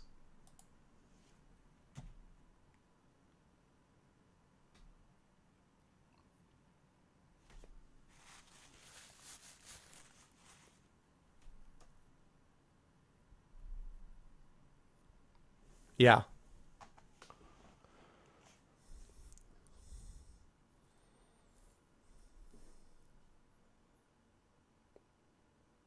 Wow, this is awful. If this continues, if this continues, I'm gonna just have to restart. No, see, it's done. Exactly, Strike. All right, screw this. I'm closed. Yeah. End process. No, screw that. That is absurd. Like, come on, man. No, not anymore, I'm not. Not anymore, I'm not, Roby. I think I was playing off of, I mean, that one was like a quick save or something. I mean, it's old in the sense that the original Foundational Party you know, I took it from, I mean, I already won the game, obviously, but that's got to be like the majority of people are that way, I would assume. No, I quick saved it before I tried to go onto that, when I went onto those stairs, Ghost, so I should be okay there. Oh, unless it corrupts it, which would suck, because I don't remember the last time I saved through a separate save. I just did the quick save. This party long ago. I did create the party a very long time ago, yes. I mean, you know, I created it, whatever it was. I played Pillars of Eternity last year. So, I mean, yeah, sure. I did. Create a new game and watch how fast it is. But that's, but why, but okay, that's interesting, and maybe that's true. But that should not be the way it is. That really drives me up a wall. If you're going to give people a game and you're going to release a DLC for it, you want people to play it, you can't have a system where it's like, oh, it works better when you create a new game. No, then they got to patch that. That's not acceptable to me. Let's go with...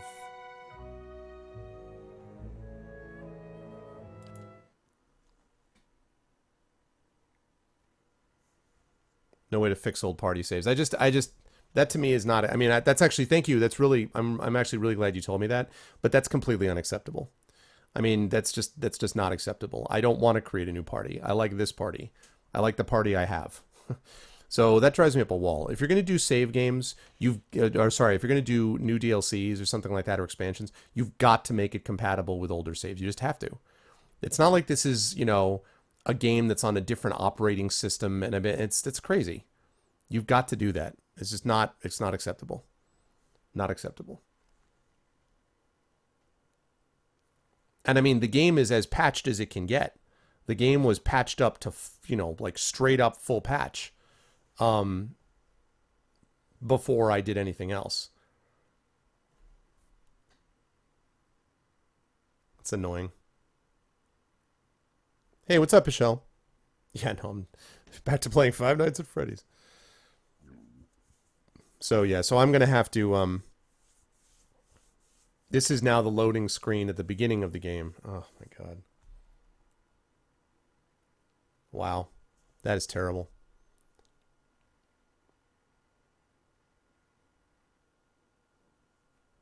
Oh, interesting. So it's kind of like the... Didn't Bethesda have this problem where they loaded in all of their objects separately? Of course. Okay, you know what I'm going to do just to be on the safe side? I'm going to save this in another place as well, just to be on the safe side. Also, I mean, I'm going to try to go through that door, I guess.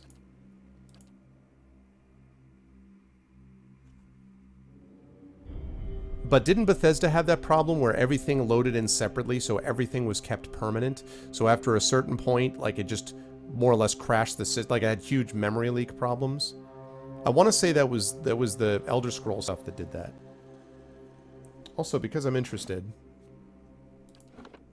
how many saves do I have? 1, 2, 3, 4, 5, 6, 7, 8, 9, 10, 11. So I've got 11 of my own saves and 1 quick save. If you count the quick save, I've got 12 saves total, which I don't think is outrageous. And then I've got the auto saves, obviously. For 75 plus hours of play, I don't think 12 subjects is crazy. Okay, so...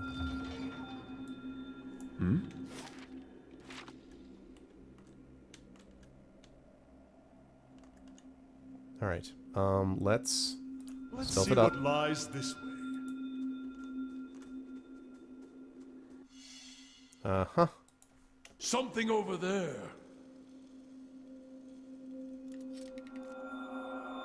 Trap disarmed. Oh man, stairs both ways. Great. Alright, well.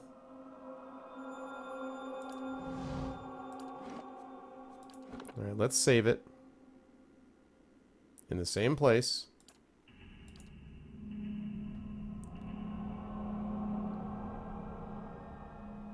Yeah. It's really helpful for me to know that, because I was really beginning to wonder.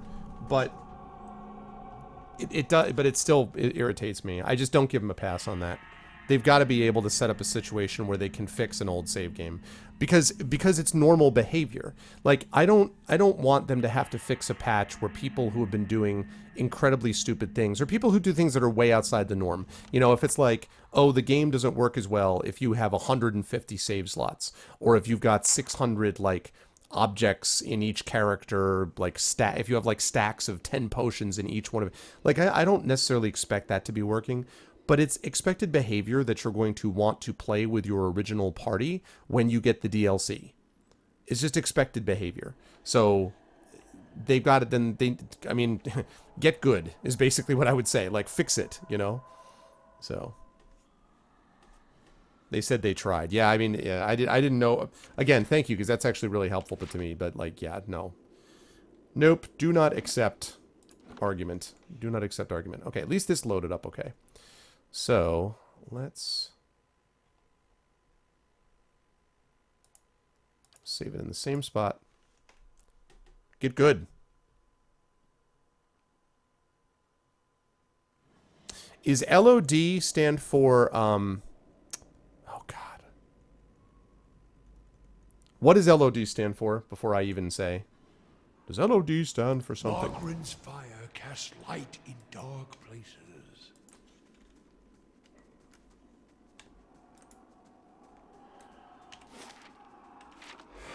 Into the mines. We can't hold them off!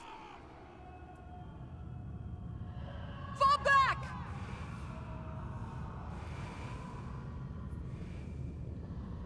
Oh, level of detail? Nice. This is going to end with me fighting a Balrog. You guys know that, right?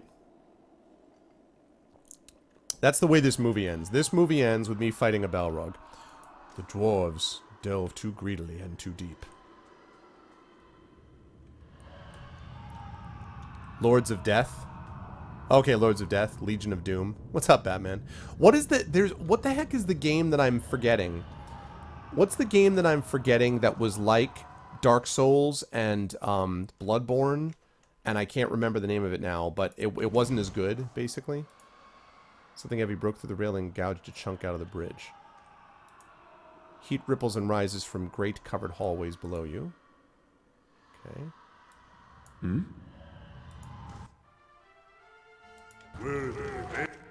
Oh boy. Oh, there's guys over there. Oh my god, ambush. Ambush! That's bad.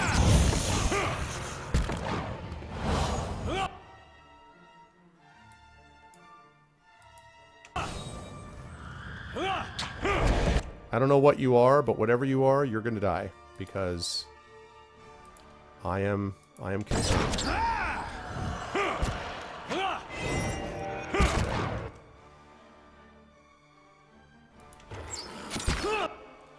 Okay, good.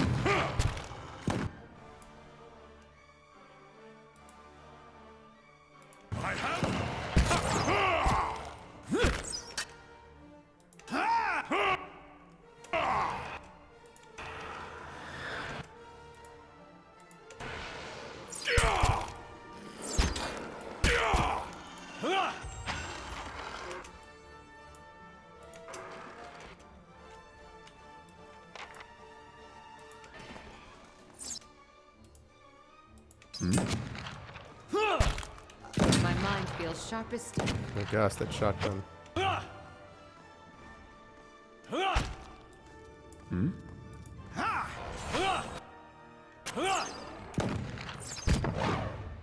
Hey!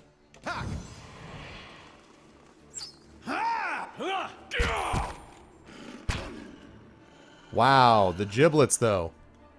Lords of the Fallen, that's it. That's it. Lords of the Fallen. Or Lords of the Fallen or Lords of Destruction? Wait a second. Sorry, I was in the middle of a fight. Legion of Doom? No, no, no. Lord of Destruction. Is that it? God damn it. What is... No! What is this it was this game that it was totally trying to be Dark Souls, and it was sluggish and it wasn't good. What the heck was the name of it? Was it Lords of Destruction? The devil is the name of this thing. Lords of the Fallen, is that it? It had some... The cover of it had some dude, some badass dude on the front of the cover. Of course. Lords of the Fallen is poor man's Dark Souls. Okay. I think Lord of Destruction was some Diablo thing. But yeah, Lord of the Fallen then. Lords of the Fallen, yeah. And it was supposedly terrible, although I don't know because I never played it, but... Alright. So that's good.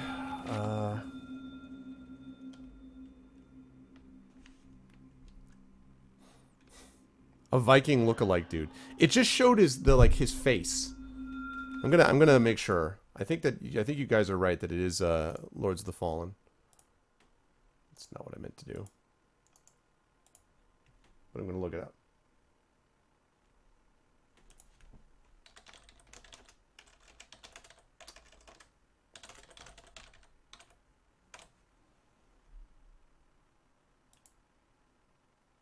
Yep, that's it. Lords of the Fallen. That's the one. Lords of the Fallen.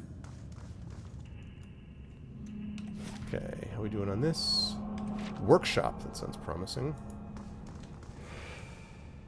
Ooh. They're coming! To the mines! To the mines!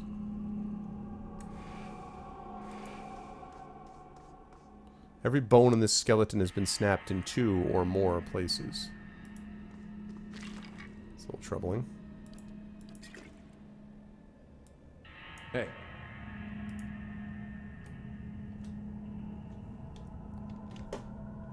You just beat Lords of the Fallen? Hey, what's up, Law?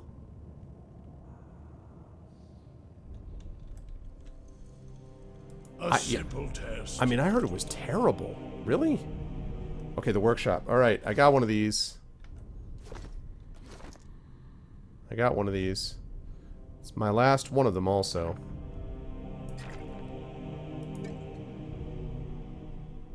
That's not at all. Sometimes the selection in this is a little odd.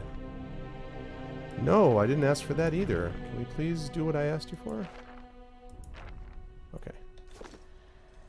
What? What?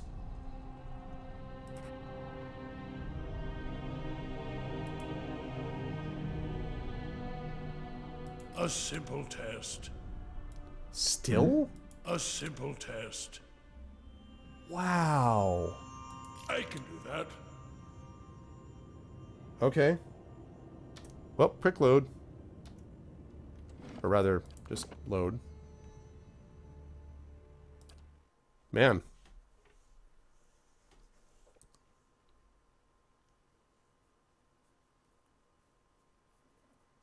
Yeah, I mean, I remember seeing some people play it and thinking it looked kind of sluggish to me. And then I heard from a lot of people who were Dark Souls people being like, just no. That's what they said. But again, I'm, you know, as you guys know, I feel like I at least know enough about Dark Souls to make a comment about Dark Souls now, but the rest of the series or other similar things. I've watched a fair bit of Bloodborne, which is not at all my jam. Like, I'm not a big Bloodborne guy because it, you know, tons and tons of blood, not my thing. But at least that like has apparently similar type mechanics and all that. So.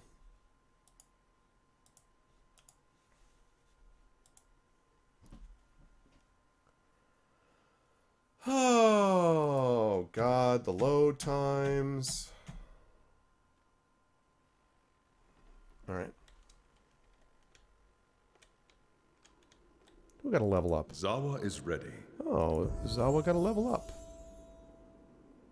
That's what I like to see. All right, Zawa. Survival.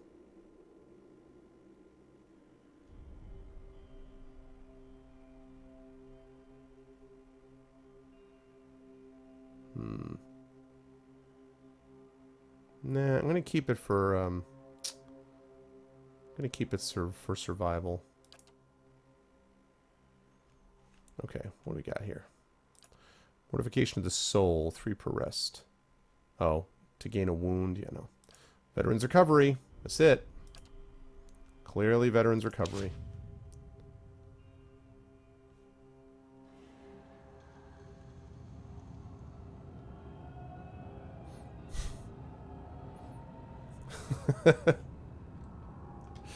Oh, man.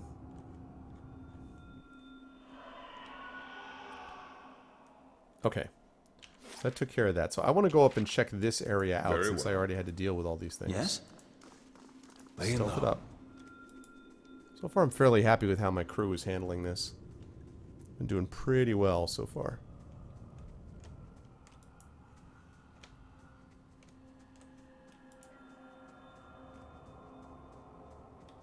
So you don't think the boss design is as good as what you get from Dark Souls? Hey.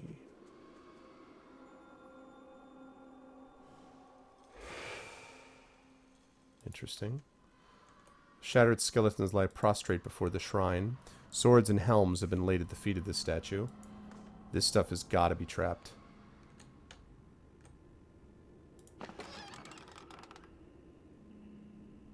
Scroll of Twin Stones. A simple test. That's settled.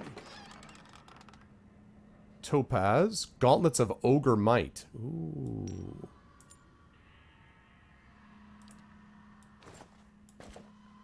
I'm just turning Ader into the Hulk. That's what's going on here, basically. Ader is turning into the Hulk. +2 might, +1 con. Okay.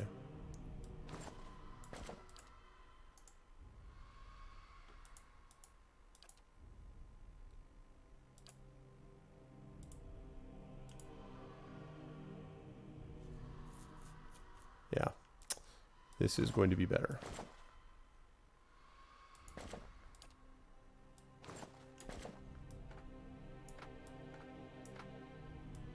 Put these traps away because I don't really need them.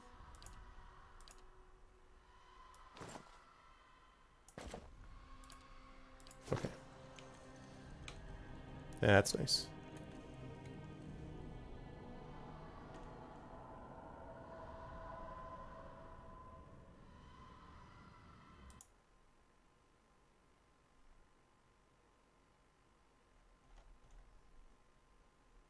Items don't stack. Yes. Yeah, I do know that.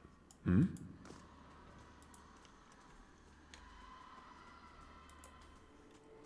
Well, there are some items that stack. Like potions of minor endurance, for example. Like potions stack and stuff.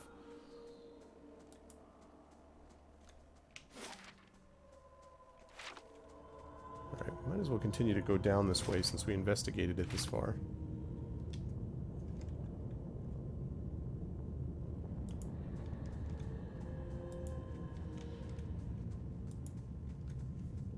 This is a really cool designed area. This is a really neat area. I like this area. I like that curve. Don't look back!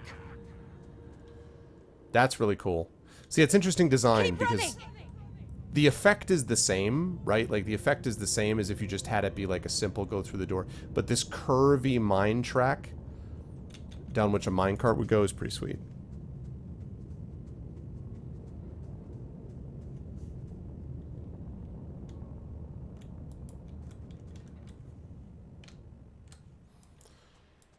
Yeah, I mean, I try to follow. I review theater shows, and in New York City, and I try to give legit reasons if I can for. The only thing I don't approve of with reviews is when somebody doesn't like a particular thing, and then they attack it for being that thing. So, for example, as you guys know, I don't like horror. It's not my thing. So, if I had a horror game, I'm not going to critique it for being horror. I might critique it if it's a really buggy game, or if it's a 2-hour game that sells for $59.99, or if it's a game that is, misogynist and incredibly racist and xenophobic, or, like whatever. If it's got bad issues with it. But I'm not going to critique it because it's horror. Like, that's why I would never go, Bloodborne is not my thing. Gory, bloody, whatever. But I'm not going to be like, oh, Bloodborne sucks because it's got blood. No, I mean, that's ridiculous. Like, that's the point of the game. So I'm not going to critique it for that.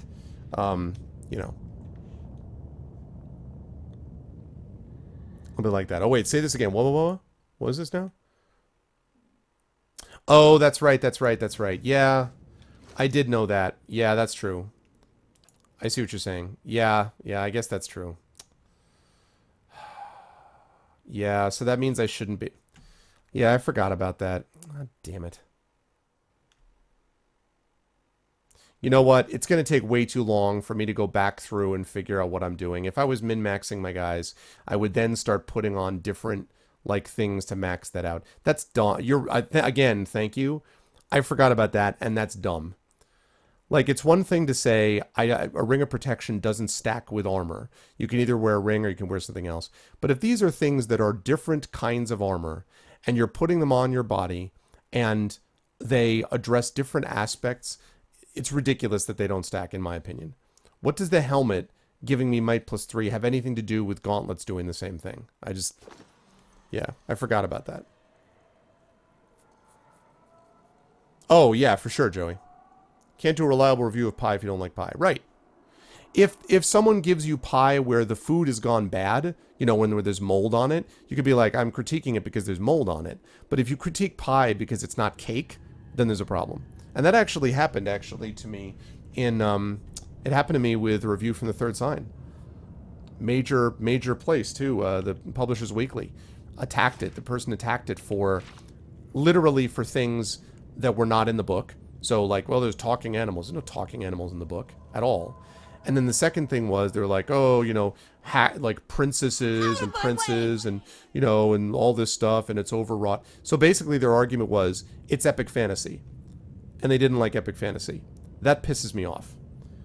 If you don't like epic fantasy, don't review an epic fantasy, first of all. And then don't say when you're reviewing epic fantasy that you don't like it because of its epicness. If you want to say, I didn't like this because it had, you know, there were character development problems or because it was, or whatever, fine. But don't critique something because you don't go like a genre. This is why I'm not going to be critiquing. I don't do reviews of horror because I don't like horror. I'm not going to attack it. It can be great horror. It's just not my thing. But I'm not going to attack it for that reason. It's pretty simple.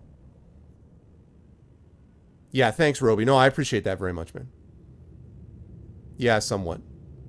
I do think that reviewers think they can play a very valuable role. I do not agree with the idea that reviews are useless and don't provide anything. I think that's totally not true.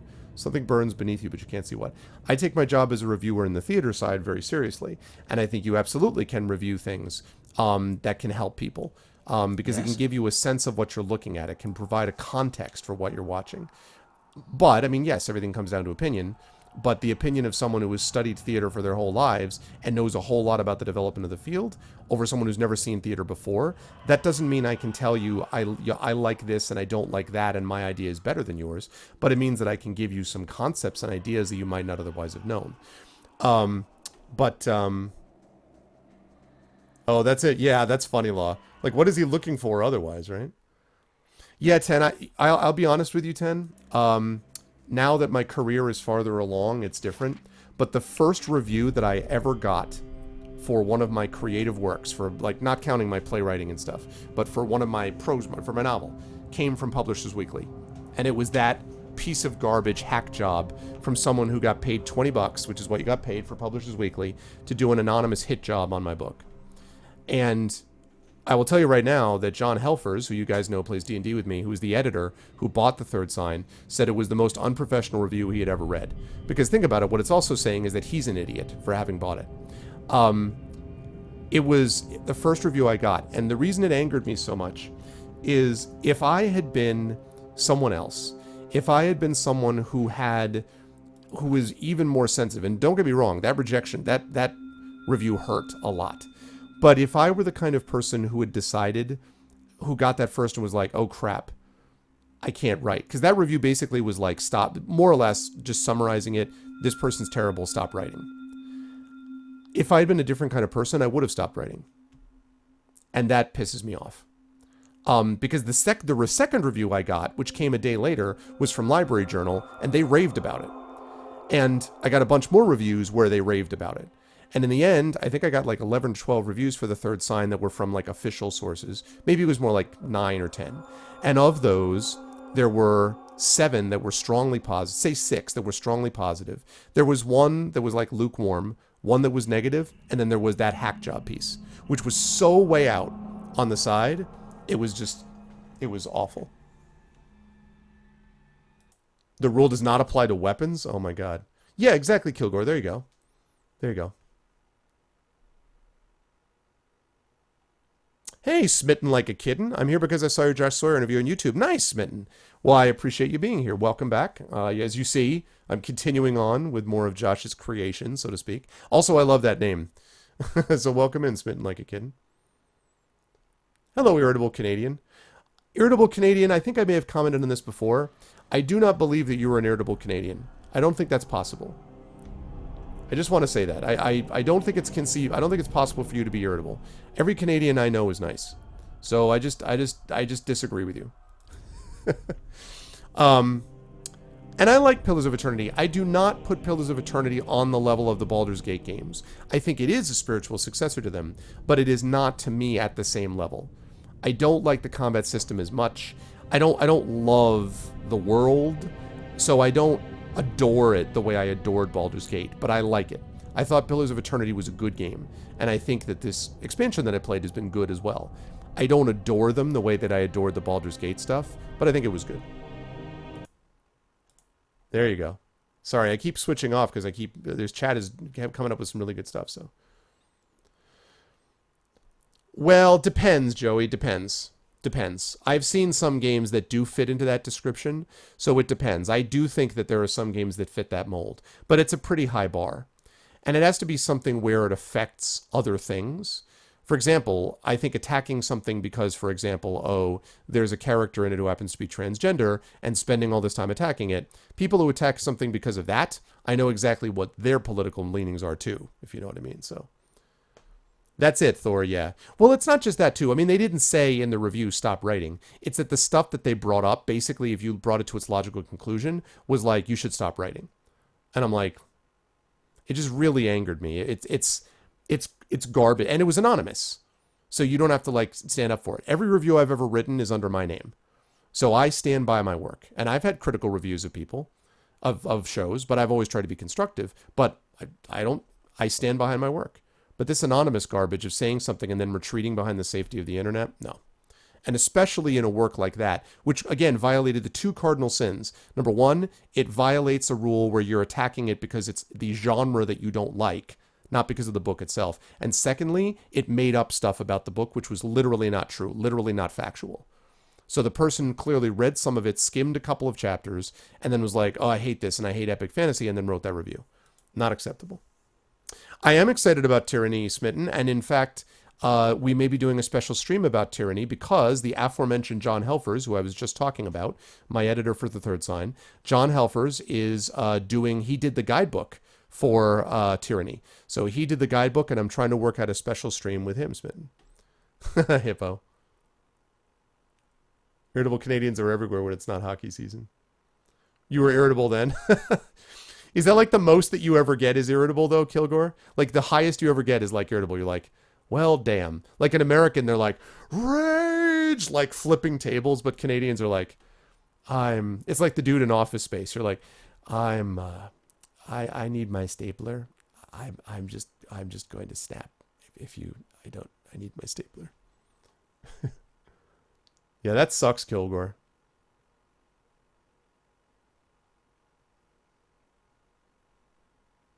What's up, Malevolent WMD? Who done it? Well, yeah, Shadzar. But you need to remember, though, Shadzar, that as a writer, this is like athletes. It's like athletes. I'm sorry, we'll get back to the game in a minute. This is like athletes. Thank you for the follow, Smitten Like a Kitten. Welcome to the Arbonauts. This is like my host notification doesn't seem to be working because I've gotten hosted by a bunch of people and it's not showing up. I don't know why. But the thing about writers is like athletes. Athletes say, "Oh, I never read the newspapers.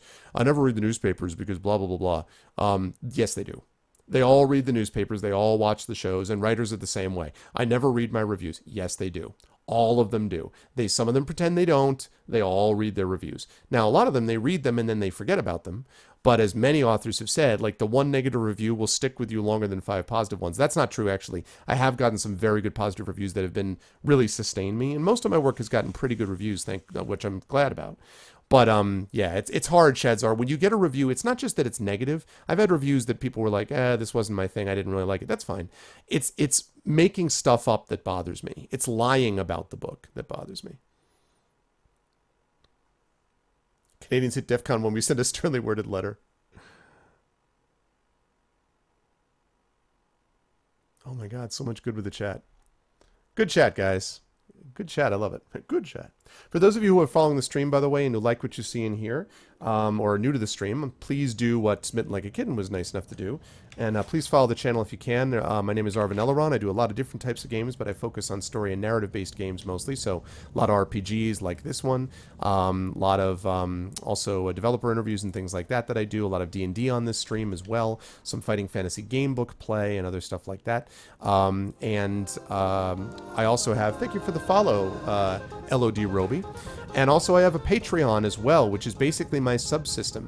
And there's a lot of cool stuff you can get through that. You can get an epic poem written about you. You can get a character background written for you.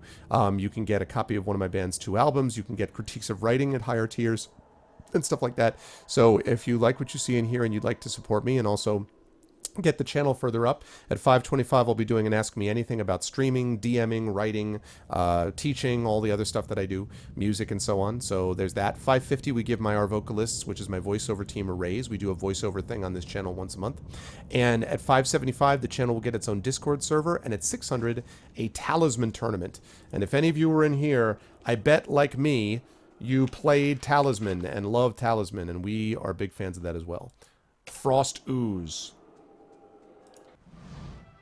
Oh my gosh, ice spiders as well. All right, let's hit these guys up first.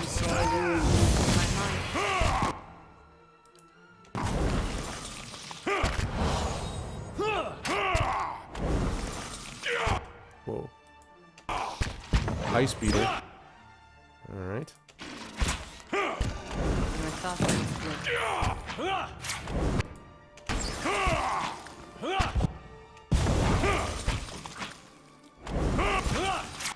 Why the heck? Oh, because she fell. Mind Plague. I'm here. There we go.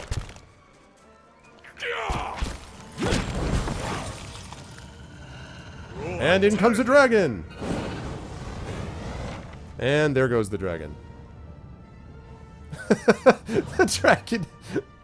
Oh man, that's awesome. Great. Right away. I'm here. The dragon just shows up. The dragon shows up right at the end of the fight. So the dragon's like, I am, my flesh will, is there anybody? All right, I'm gonna be in the green room if you need me. Yeah, that should be fun, Smitten. I'm looking forward to that too. I'm looking forward to Tyranny for sure. Oh, it's behind the game? Really? That's odd. No, it's okay. I know what you're saying. I have to bring it up a little bit. It's on top of the screen, but it's probably buried in those icons. But it is the topmost thing that I have, Law, on OBS. But I know what you're saying. It gets kind of lost there.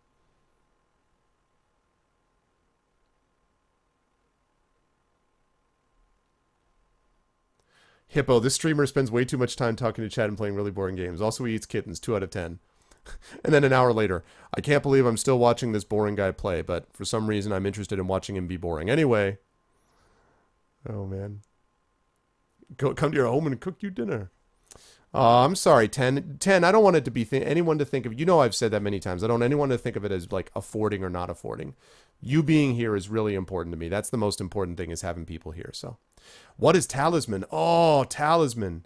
Talisman is the best. Irritable Canadian, Talisman is basically a really awesome board game where it sort of like was meant to be kind of like D&D in a board game, where there's these regions of a board and you're trying to get to the Crown of Command. You have different characters with, it's actually strength and craft, which is like strength and intelligence, more or less. And you have lives, and you go around and you buy items, and you encounter monsters, and you find strangers that you interact with, like magicians and stuff, and you go through portals, and it was a really cool game. It's been through multiple editions. I had the entire 2nd edition board game when I was a kid, and they have a video version of it now, video game version, which is really quite good. Talisman is great. Wizardry 8 was good. Kilgore, I liked it. It got repetitive for me, though. Honestly, there was a stage where it got repetitive. I don't like respawning enemies, as you know, and there was a stage where just the story itself was not enough to sustain me through kind of the constant fights all the time. So it was okay. Chainsword for life, yeah. And Roby, Chainsword came from a little bit of Chainsword Warrior right there. Chainsaw Warrior, which is another game that I have.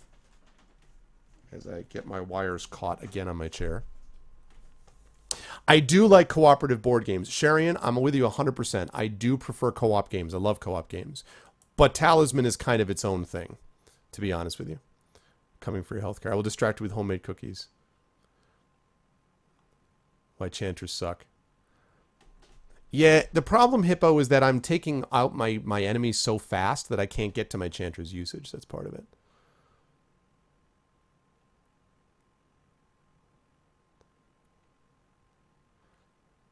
Secret Hitler. Oh, God, I do not like Secret Hitler. But I don't like Resistance or games like that either. I hate games where you have to distrust everybody. I hate that. It's the opposite of what I like to do. In my life, I like people around that I can trust and that I can have fun with and we can laugh with and I can feel good about. I do not like games where at the end of them, I hate everybody. Secret Hitler is not my game. I can't stand it. My all-time favorite PC game, probably smitten my all-time favorite PC game is Ultima Underworld 1. Because it was enormously influential and important. I still think the game holds up. It taught me an incredible amount about the way PC games could be made. Probably Ultima Underworld 1, although Baldur's Gate is up there. I love Baldur's Gate 1. I love Baldur's Gate 2. But probably I would say, yeah, probably Ultima Underworld 1 was my all-time favorite. Wizardry 8 was grindy. Oh no, no, you're right about that, Kilgore. Wizardry 8, not horrible. I agree. Not horrible. Not nearly as bad as I thought it was going to be. Yeah, sorry, Kinesio. We just have such good chat. So, you know, sorry. More gaming talk show. Sorry, Kinesio. Need to turn up the difficulty? I'm all right. I mean, I think what it is that my levels are too high for this area because I'm playing older characters, but I'm having fun with that. No, people still play board. No. Sheds are no. Board games, if anything, are increasing in popularity. Board games are very popular these days. A lot of the video games are actually taking board games and converting them into, you know, app form so that people can play them when they can't play with people. But they're having a fun time. Board games are huge. Yeah, no, I'm with you, Sherry, and I just don't like what it does to you. It's just like, ugh.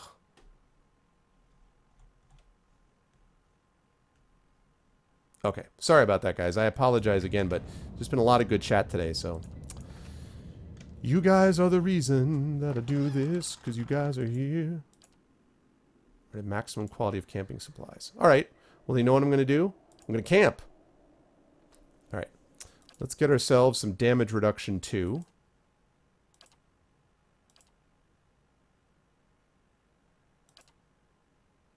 Yep. Everyone with the damage reduction. Everybody. Damage reduction. Ta-da! I mean, because it had been a while since I'd rested anyway, so that was perfect. Hey. Okay, you've got that modal on. You've got that modal on. You've got that modal on. And what? Okay.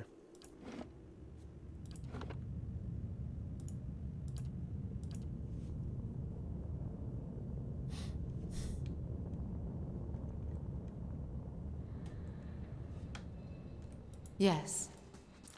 Yes.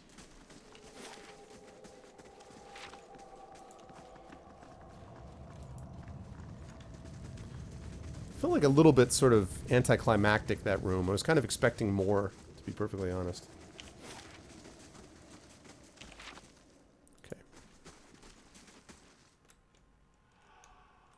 Okay. Strike every single time. They're coming over the They barricade! rage and battle still, Watcher. We must be careful. Grieving Mother. Skeletons lie crushed beneath enormous stone slabs. Grieving Mother. Only a few bones protrude from the rubble and they've been broken like twigs. We have been traveling through this place now for several hours.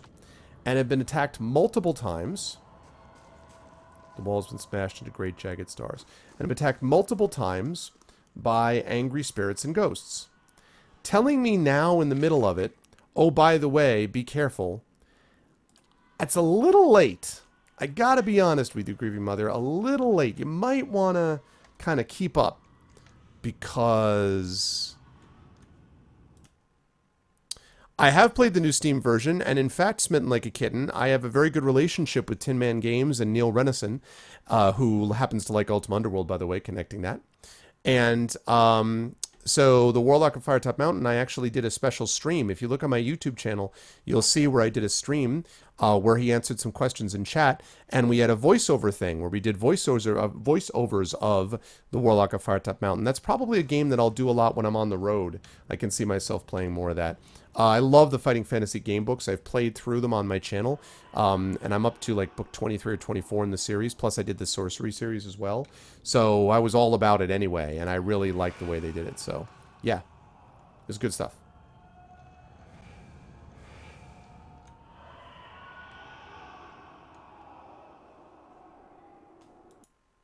Oh, yeah, that's right. You came from there. Yeah, I forgot that. You came from there, so it's elsewhere. So, yeah. She might want to keep up with the Commodore. Basically, Sharian, yes. Yes. Well, she's like, you know, my goodness, there's spirits here. Like, many of these bones have been ground into grit. I'm like, yeah, really? Wasn't clear about that before. Battery shield wall. Wait, that guy's not immediately hostile. Why are you not immediately hostile? Oh, and also he wants to talk to me. Let's talk. A hopeless battle was waged in Durgan's battery. They seemed to know that their deaths had come, yet many fought on. Even now they continue to fight on. Their bravery was not enough in the end.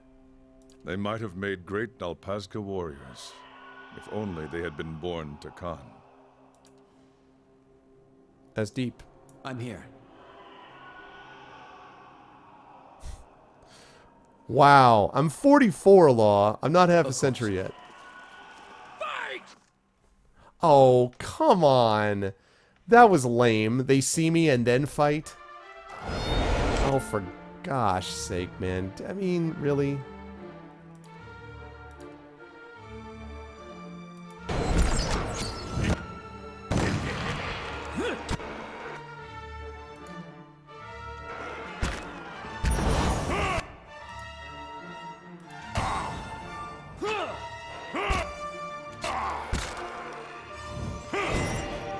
Yes?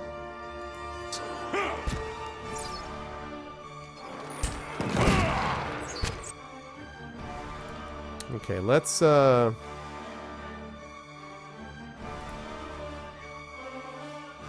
get you some healing. There we go. Let's see. I'm not quite there yet.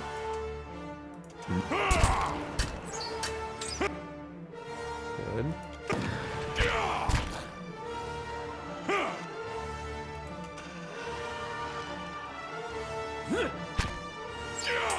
My mind feels sharp. Okay.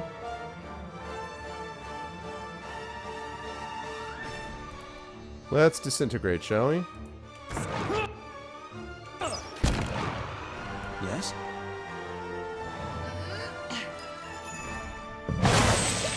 Charge!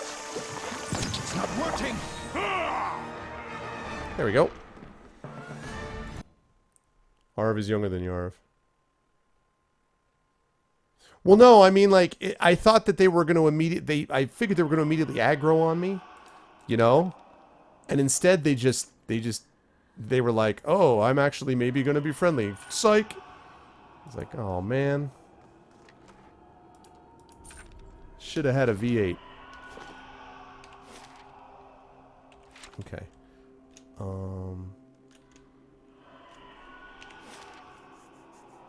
Alright, so maybe up to the east here.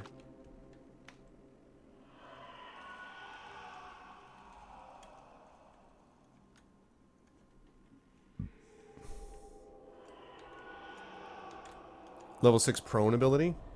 I'm Okay. here. Well, she's got the she's got the whatchamacallit, the dazed ability, you know, the thing that allows her to daze people. This doesn't look ominous at all. This clearly isn't a fight waiting to happen. Hold them off! Move! Abaddon's gears. They're coming.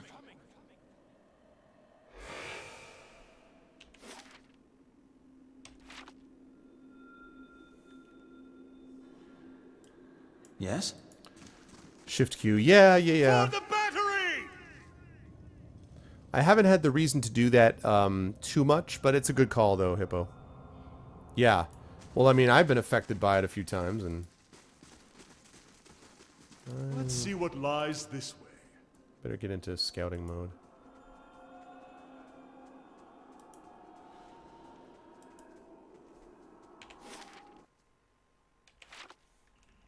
Oops. What the flip is that? Alright.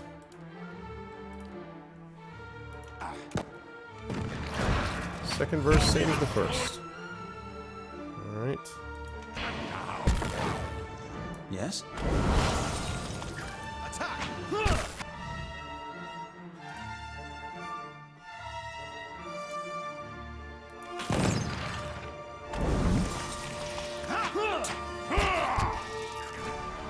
Alright.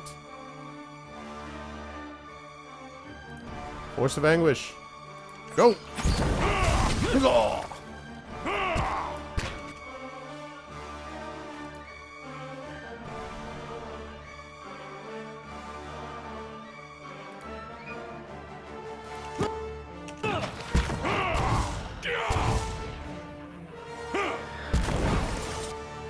Alright. Thought I already cast this, I guess not.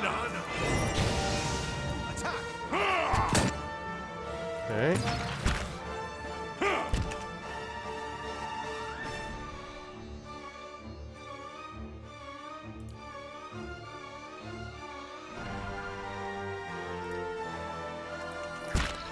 Down you go, Frost Ooze. My legs fail me. You won't be immune to being disintegrated. There we go. What do we got here?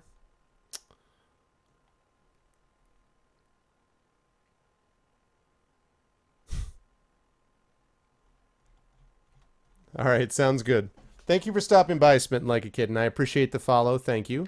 Hopefully we'll see you here again, even when I'm not doing, Obsidian type stuff. But thank you so much. Sleep well. I'm here. Smitten Like a Kid. That's a good name. I dig it. Alright. The better part of valor. Rocks choke the tunnel mouth as if caved in or was purposefully collapsed some time ago.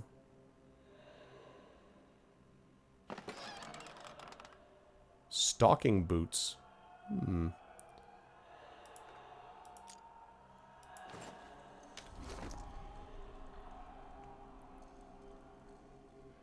Yeah, problem is I don't think...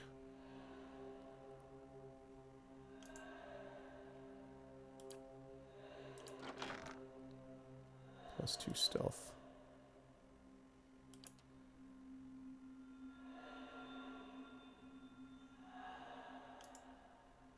%10 damage to flanked targets.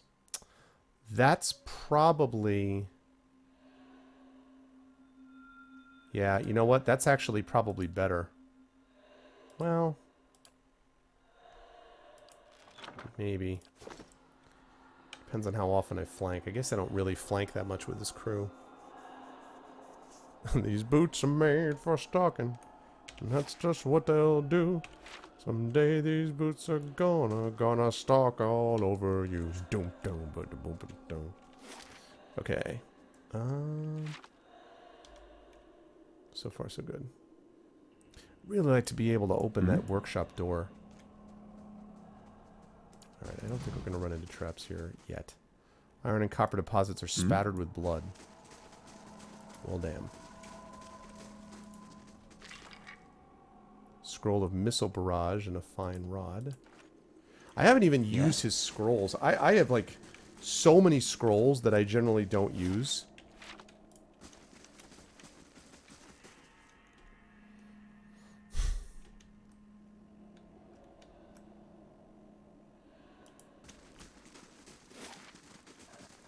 Well, listen, I mean, tomatoes.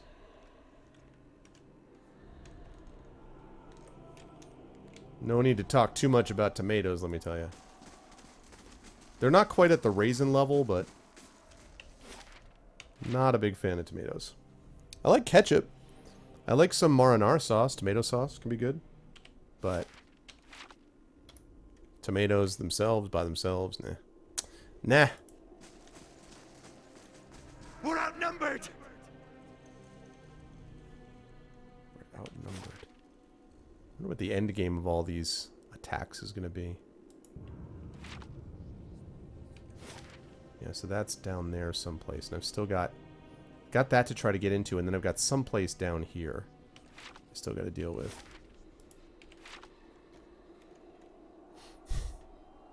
Oatmeal raisin cookies. Bah! Corn is an abomination. I don't mind corn. Tomatoes and raisins. Ugh. Ugh. Ugh. Put tomatoes inside of raisins. Ugh.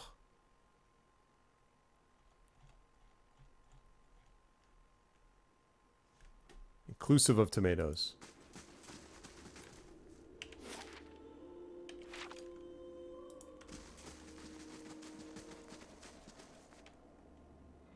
What? An empty minecart sits at the mouth of this tunnel, waiting to be loaded up with ore. Despite the condition of some of the surrounding tunnels, this cart and the tracks beyond appear to be intact. There's a lever at the base of the tracks. Okay, let's look inside. Cart is empty of dusty and patchy with rust, and large enough that a group of kith might fit inside uncomfortably. Okay, I'm going to come back to that.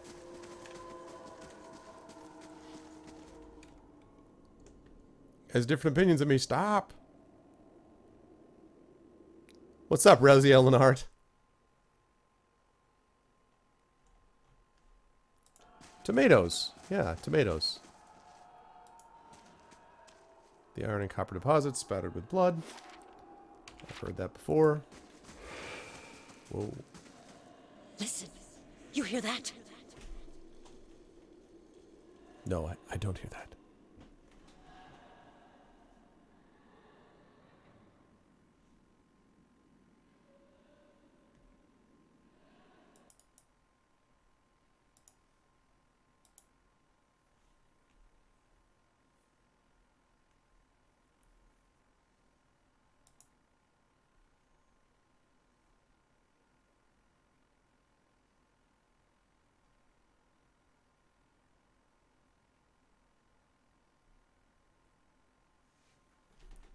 Interesting. It's like a demographic poll.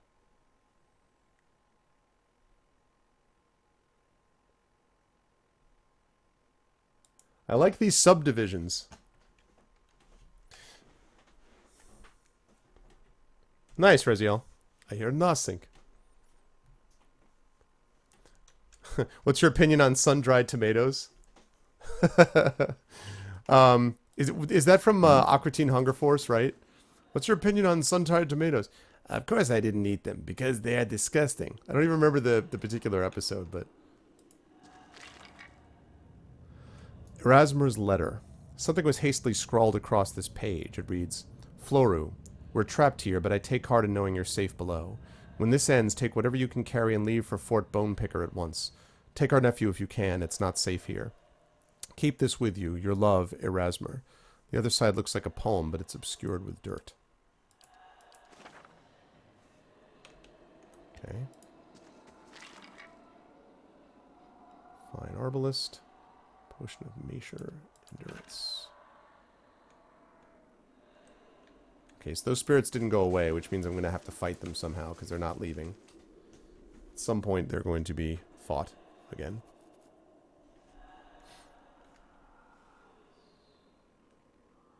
The Devil's Sandwich? Yeah. Something like that. Yeah. Friends of mine that I do a comedy podcast with called The Mep Report that I've done for many years are huge fans of Aqua Teen Hunger Force.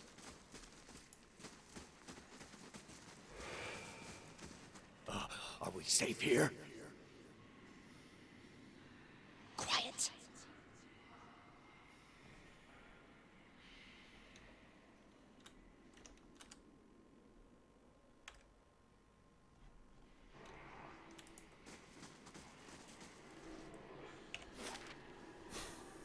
Man, I do not know where this is leading me, but it's not leading me in a good spot.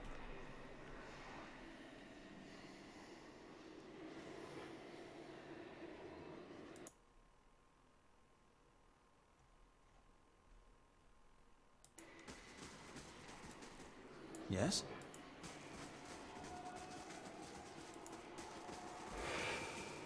Hurry! We can hide here! They're going to come for us here, and... What is that? Okay, someone's not going to be happy. I'm saving right now because someone is not going to be happy. And actually, I haven't done this in a while, so I'm going to save this in a different spot as well, just in case. Hey, good morning, Varney.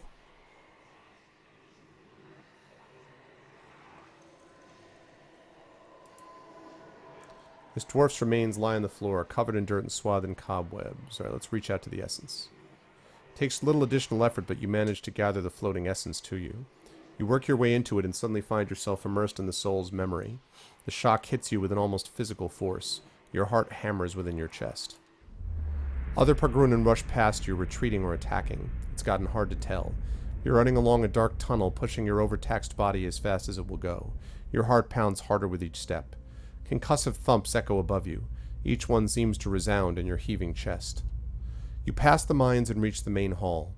It's packed full of shouting, shoving, panicking dwarves. Even if you could reach the door at the other end without getting trampled or beaten to death first, something in the fever of the crowd tells you it's already locked. The tunnel behind you rings with screams. You had another dial for the door to the forge below, but it's locked in the workshop, on the other side of the barricade. Ah. So I gotta get to that workshop. Sounds of battle grow closer. You race to the mines, ignoring the building pressure in your chest. You scurry deeper into the mines, losing track of your path. The tunnels seem to close around you. You stumble and fall. You try to pull yourself up, but your arm is dull with pain. Even though you're stopped, you can't quite catch your breath. For the first time, you notice a squeezing agony in your chest. Darkness gathers around you. Wow. Search the body. A key! Screams of horror and fury. Oh, they're angry. Whoa!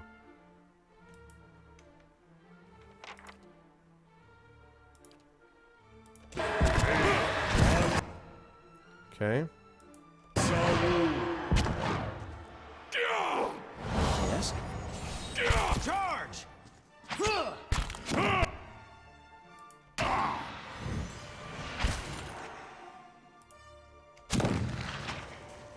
What? Moeth Ixi Ana. Die, Shade. I'm here. And...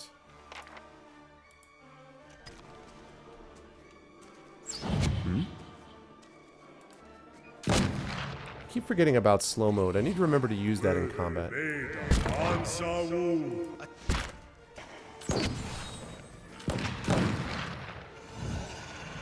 There we go.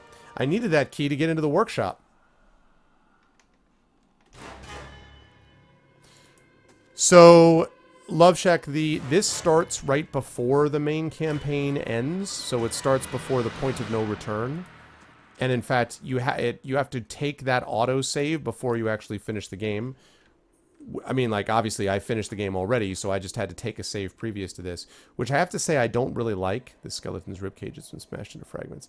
I'm not a fan of that because I would rather that it just sort of continue on, you know, and like, as opposed to feeling like this is all side stuff, but we haven't really done what we need to do for the quote end of the game. But mechanically, there's no real difference. I mean, it doesn't make a difference. So I'm gonna explore down here.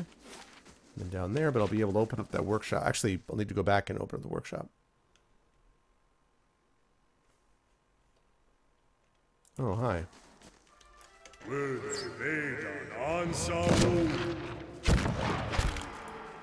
Oh. That was quick.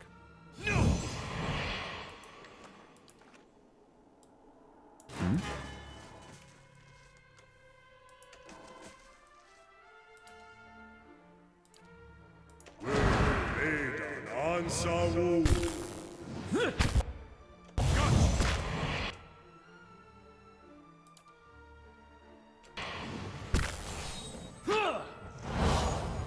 Yes? Man, those guns, man. No joke, those guns. Hmm?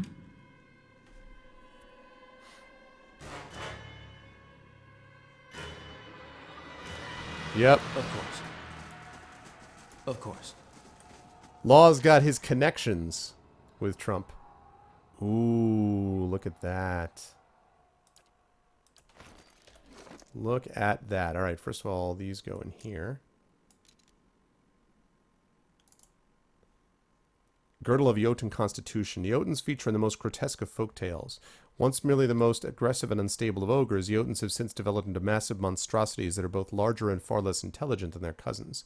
Jotuns have two heads, one notable smaller, there should be notably, smaller than the other, and when the larger of these is incapacitated, the smaller retains just enough brute cunning to keep any Jotun fighting. Jotun, by which we mean Etten, right? Name for these monstrosities, this belt provides a charm granting a similar kind of hardy perseverance. Okay. It's +2 dex. +3 might.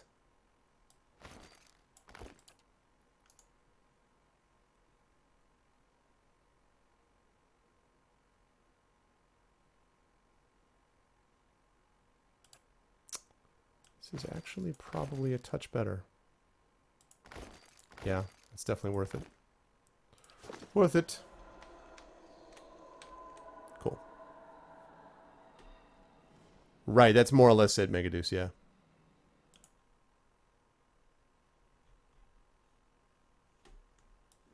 Hmm? Who's going to meet up on Thursday? Are you going to meet up? Oh, Trump?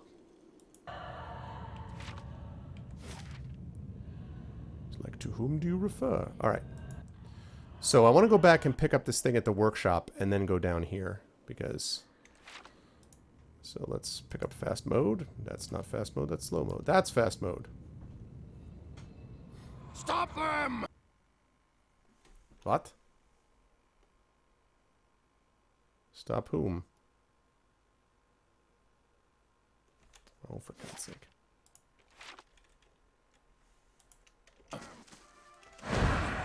Oh, do I just have a bunch of these people now that are going to be attacking me because I took that dude's key? Interesting.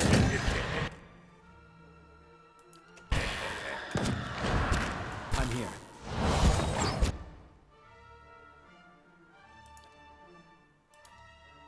Gun stucco.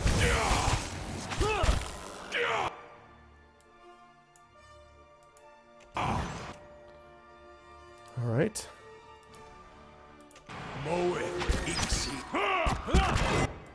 There we go. Attack! It's not working!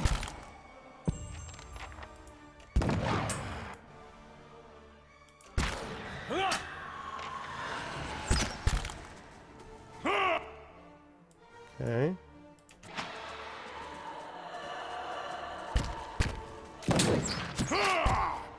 Battery siren.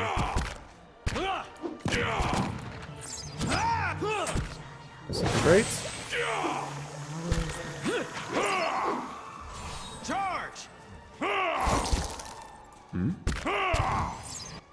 Okay. All right, here we go. Dragon! You can do it!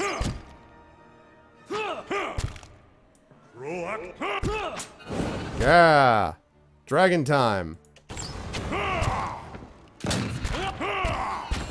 Yeah, we got an attack with the dragon. Exactly, Shadzar, yeah.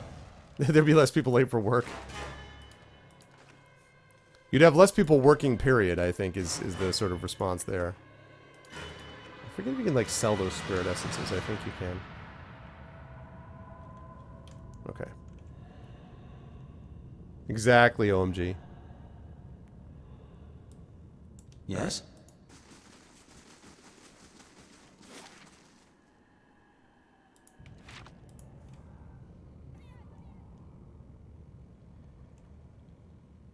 Call the Forge Guardians. I figured those voices had been current ones, not just past echoes, basically. Losing ground!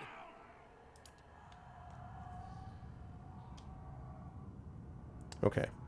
So now I can get into the workshop to get the thing I need to get to the door. I'm here.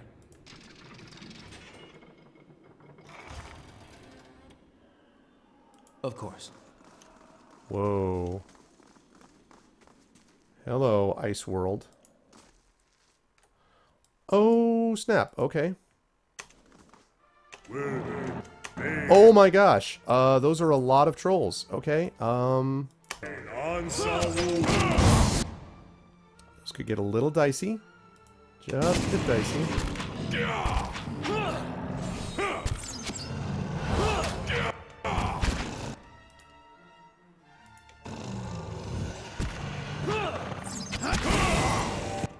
Okay. This is a good time for Mind Plague. Get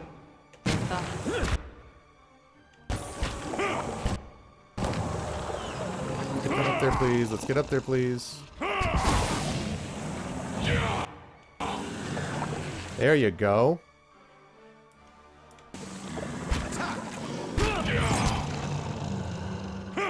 Aha! This is going to be a good spot for my dragon. Shoot salt ammunition at ghosts, exactly.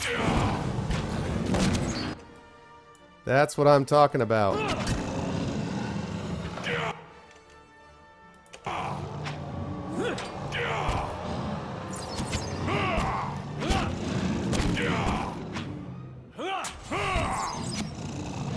Disintegrate! That's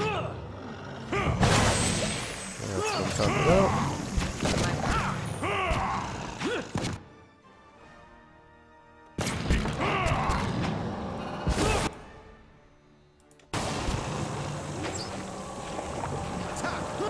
Suddenly vanished.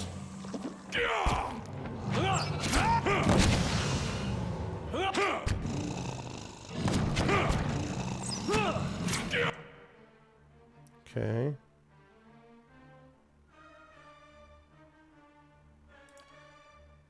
Paralysis.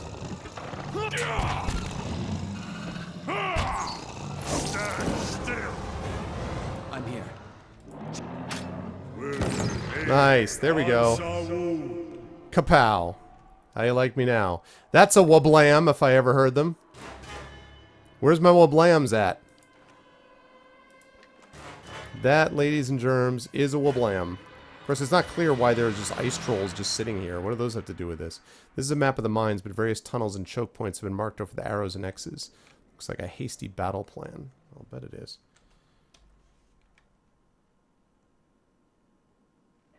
Let's keep quiet.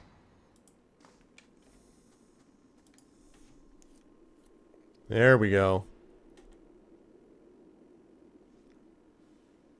You get more work done during my streams? Good. I'm glad to know that I create productivity in everyone but myself.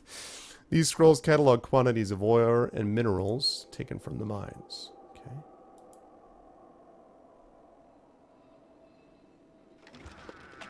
What do we got? We got Tempered Helm. Ooh. Looks really good, actually. Don't...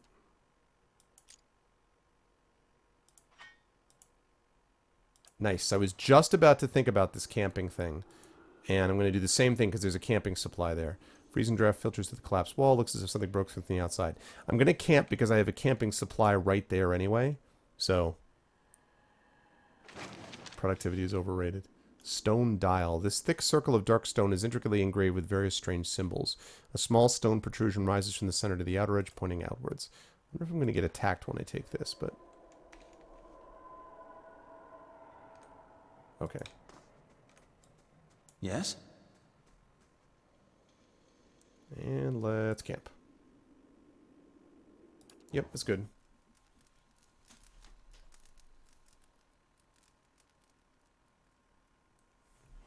Alright, sounds good.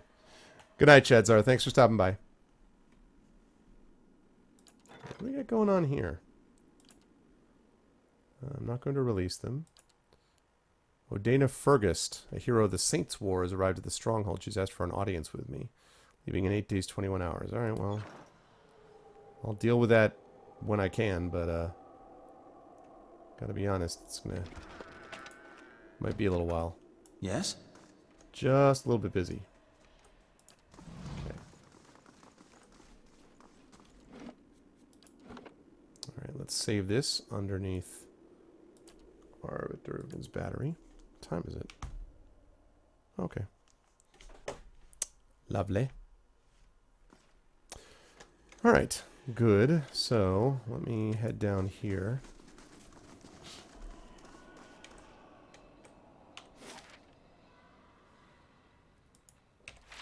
Alright, so what game of all games that are coming out? We got Tyranny coming out, we got Torment coming out, we've got Dishonored 2 coming out. Oop, we got a cutscene. Which game of all of those... Crap. Which game of all of those are you guys most excited by?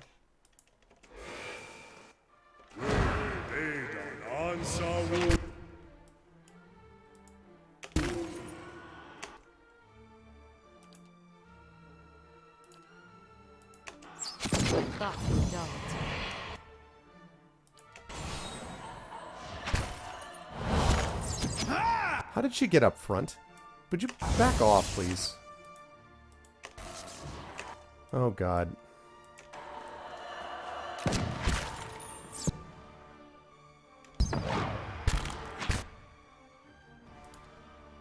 This is not going well. What?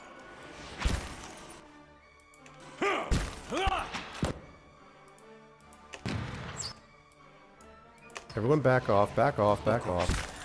Flesh is still. Alright,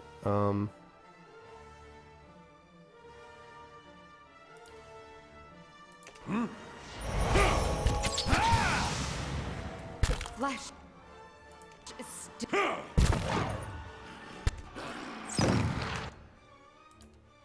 Okay. Following your lead. Stand still. Okay, now. There we go. She just got in the wrong spot somehow. She ended up being in the front. Here, now of course I asked that question and immediately got, like, What repels my touch? pwned by everything. Alright.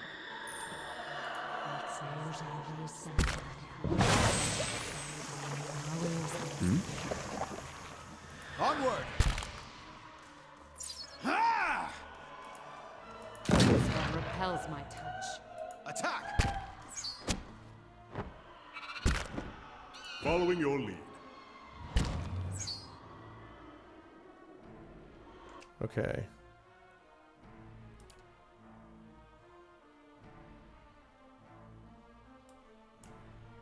Following your lead.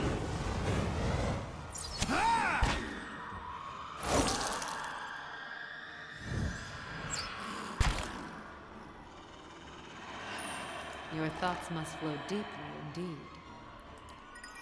Why exactly... Do you have... Hey, you've got your gun. I don't know why you're running up and attacking him, like, front... Yes? What the heck that was all about? Good grief, man. Anyway. Sorry about that. I asked a question, then I wasn't there to see it. Let's see. Tyranny. Tyranny. All the games have come out already. Except for Dishonored 2, right, Jedi? Is there anything I wanted to see in the new Lawkeeper bot? Oh, I got to think about that, Law. I mean, off the top of my head, no. What's up, PKD fan? That is a good question. No, I don't know if there's anything specific. I'm here. I was waiting for someone to be like, oh, I'm all about, you know, Call of Duty Infinite Warfare. I think they've run out of superlatives, by the way, haven't they? We had Call of Duty, we had Call of Duty, Modern Warfare. Now we've got Call of Duty, you know, Infinite Warfare. I think we're out. Call of Duty Uber Warfare. Call of Duty Warfare, Warfare, Warfare. Yes? Okay, now everyone's positioned properly. Good. Yeah, so I don't know if there's like a specific release date list that I would be consulting or something, but... Oh, Dishonored 1 is so good. Oh, I got you, Jedi. Son of Call of Duty. Exactly, Kilgore. Persona 5 and Tekken. Tekken 7. God, Tekken... They're up to Tekken 7. Amazing. That's an interesting combination, 10. If I were to think of games that were very similar, that were very different from each other, I think I could do a lot worse than coming up with Persona 5 and Tekken 7. Those are very different sorts of games. Okay. So I think in the end, I actually went the right way. These stone slabs have shattered like pottery.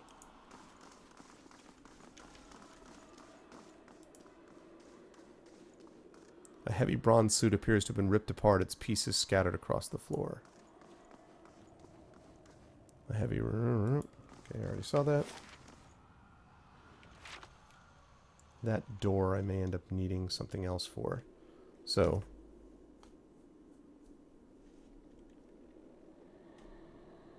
Warfare, Warfare. I'm here. Yeah, Dishonored... I love Dishonored 1. I knew Dishonored 1 was going to be a game I was going to like because of the people involved with it. And it turned out to be the case. That's settled. Because Dishonored 1 was amazing, and Dishonored 2, I hope, is going to be just as awesome. Oh, someone's mad at me.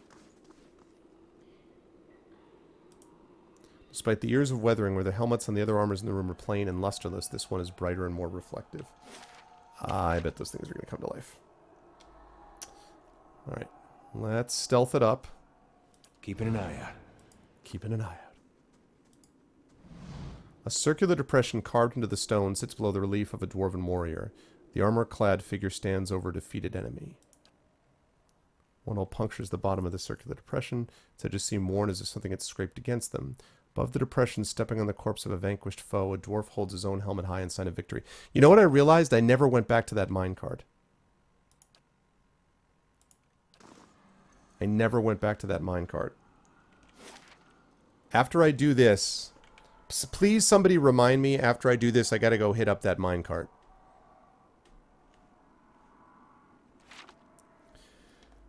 Yeah, there is a bit. But you see, here's the thing, PKD. I love stealth games. I always have. I love thief games. Lightly. What the flippin' heck are you doing? Close that door, you idiot.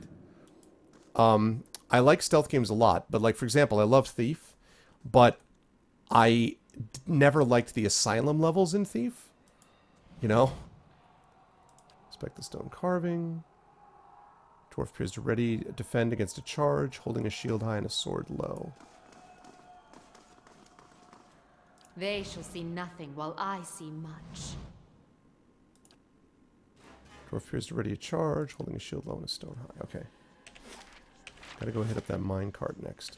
Hall of Remembrance. Alright. Yeah, thanks, Megadudes, thanks.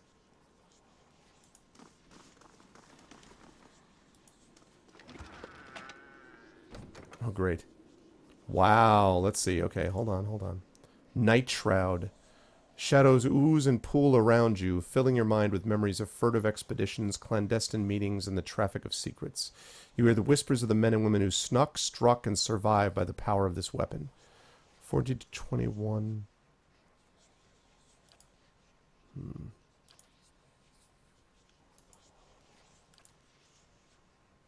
Yeah, but the problem is I don't have a rogue, and my priest is not going into combat with that, so I'm just going to take it. Blasphemy. Now everything will attack me. Hole bores into the stone, its edges are blackened and gritty with soot. Yes? These are Abidon's treasures!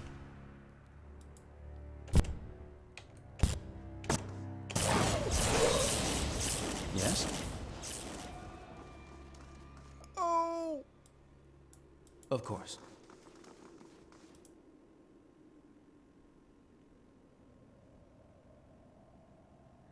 Ow! That kind of, hurt just a little bit. Just a smidge. Yes?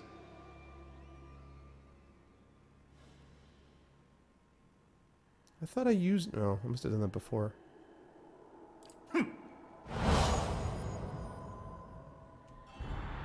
God damn it.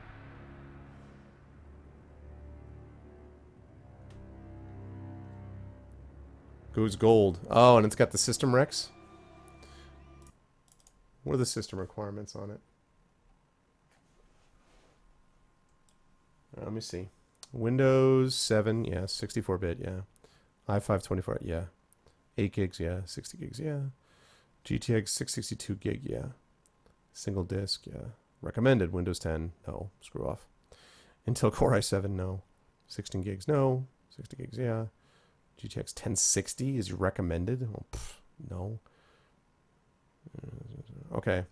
I could certainly run it. I mean, I don't have a 1060, so I don't know.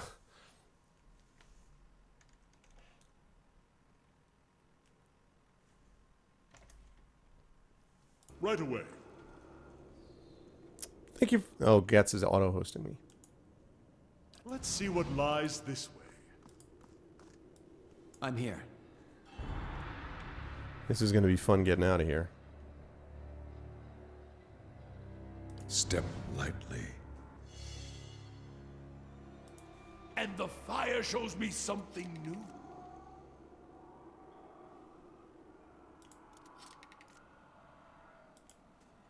Okay. Failed to disarm the trap.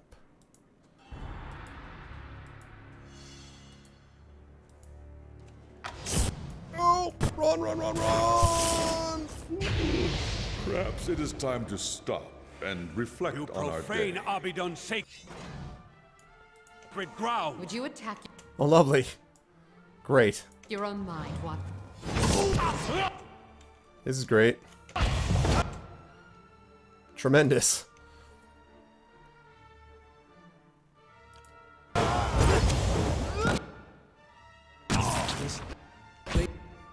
Ow. Ow. This is really bad.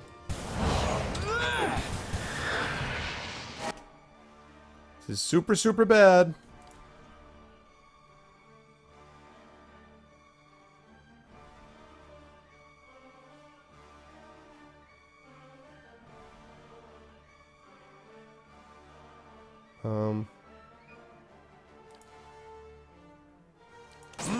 Mow it.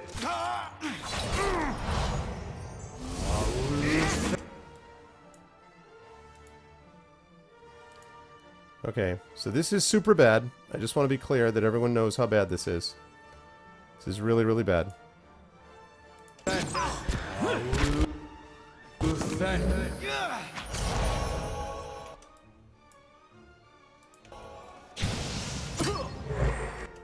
Okay. Super bad. Super bad.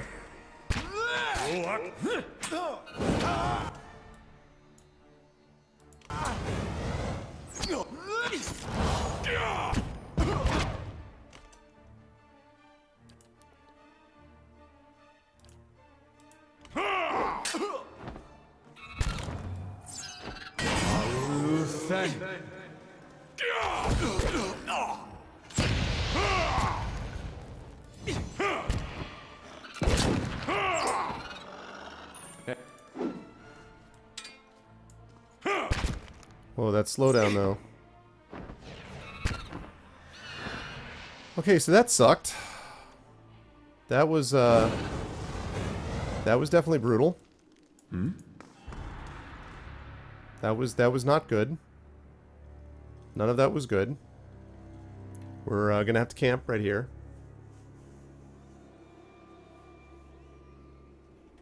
Yo, I know he's no, he is. He's auto-hosting me though, but I appreciate it. I never know what to do when there's an auto-host because I don't know what to make of it. I mean, it's wonderful. I just don't know, like, thank you, even though you might not be here. So I appreciate the auto-host from him. Man, that was rough. Okay. So, whew. They were not happy about me taking this mace, which I'm probably not going to use anyway. Alright. Now, I got to go back to that minecart.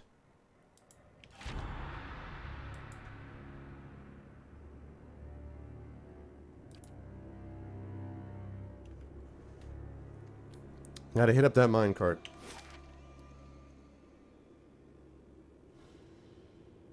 Then I got those other spots up there.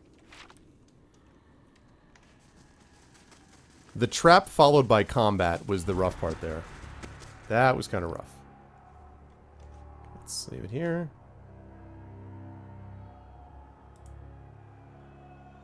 Climb in. You and your allies clamber into the minecart in a graceless jumble of jabbing elbows and weapons. Let's pull the lever. With a shriek of grinding metal, the lever slides into place. The cart gives a mighty shudder, then starts rolling slowly along the track. The minecart moves downhill and quickly gathers speed. On the next rise, it becomes clear that there is some form of enchantment upon the tracks. The cart loses none of its momentum. Great. After a sharp turn, you find yourself rapidly approaching a fork in the tracks. One track leads left and another upward and to the right. You notice another lever settle on the side of the tracks. Hurdles along, grab it!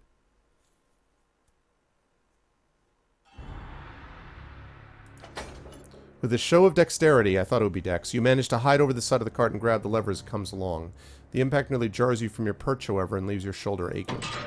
There's a grinding noise, and then the tracks shift ahead of you just in time. The cart rattles onto the right track. After a dizzying series of twists and turns, the minecart slows, then stops at the entrance to a new cavern. Oh. Woo! Okay, here we are. Exactly, Ghost.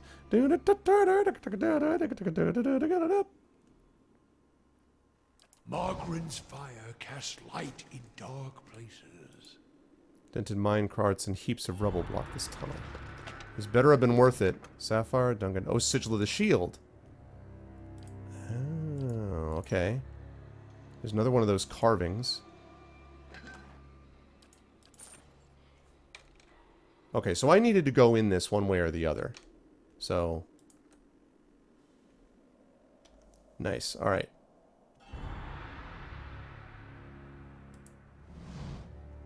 Okay, another minecart sits at the mouth of an ascending tunnel. Cannot be sure where it leads apart from out of this room. Well, let's hop in. You and your companions clamber into the minecart. You pull the lever and hear the now familiar whine of rusty wheels as the minecart starts rolling along the track.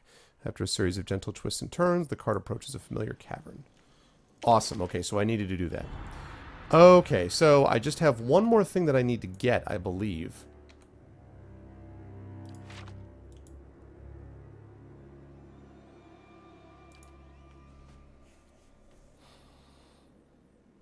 Thank you, Ghost. Thanks for the host, Kilobyte. I don't know why my host notifications are not working.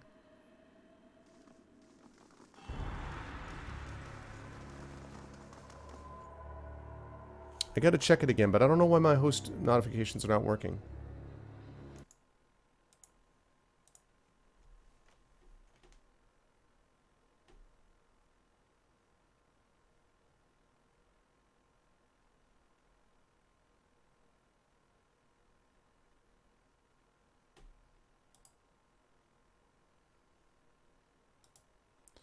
Yeah, it's there. I switched to Streamlabs. I don't think so.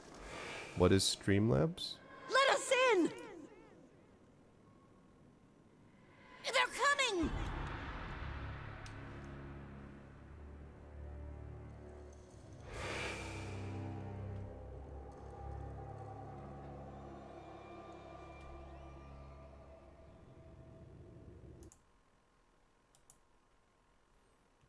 I do use Twitch alerts, but what's Stream? I do use Twitch alerts, but what's Streamlabs?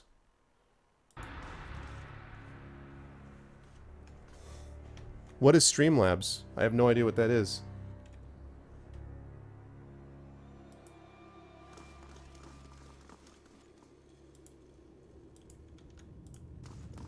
Oh, I can't open that yet. I can't open it, I'll bet, because I don't have... Ah, rune-engraved copper key. Elaborate runes adorning its bow. Yes? Oh, wait. A puzzle. To seek the White Forge in the north. Reached Old Velia in the west. Cold wind from the south. And bore our parents east. As you approach the door, you notice a round depression within the surrounding frame. The molding around the depression is elaborately carved with a row of foreign symbols lining the topmost edge of the circle. Twitch alerts has changed to Streamlabs. You have to change the addresses in OBS. Oh, really? I did not know that. Okay. That would explain why I'm not getting host notifications, although I don't know why I'm getting follower notifications. Why am I getting follower notifications and not host notifications, if that's true? Depression is about 3 finger widths deep with a few small stone fragments jutting out from within the wall. Some pieces seem to rotate independently along slots, but they have no obvious effect in and of themselves. Okay. First, the disc does not seem to fit until it's oriented a specific way. You hear a quiet click of casings as it sinks into place. Nothing appears to happen right away, however.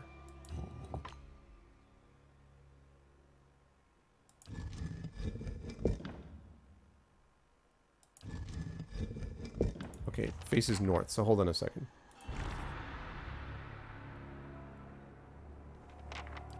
Alright, so... to seek the White Forge in the north, right?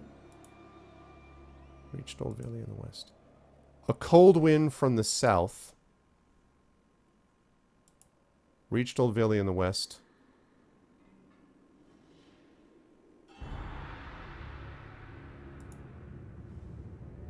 Wait a second. That's the period to seek the warfare. Okay. So, a cold wind from the south. So, south, west, southwest, east, north. So, south, south. Okay. West.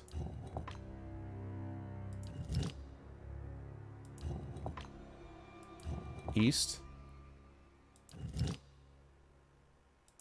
And north.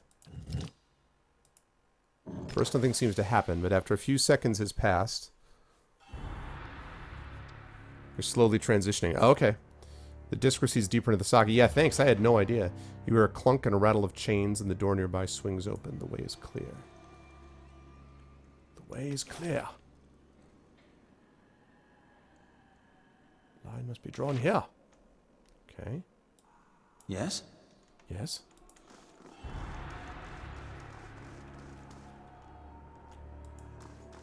More stairs downward.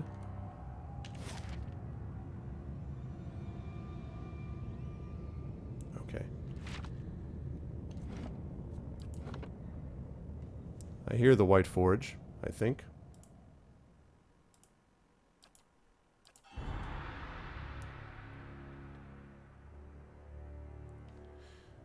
So, does it say...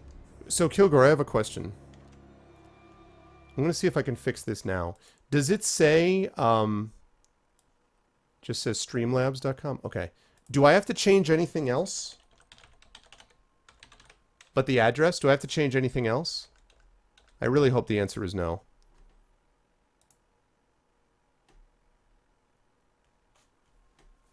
Okay. Can someone do me a favor and host me? Can someone do me a favor and host me? Someone who hasn't done it yet? I want to test something. Would someone be kind enough to host me?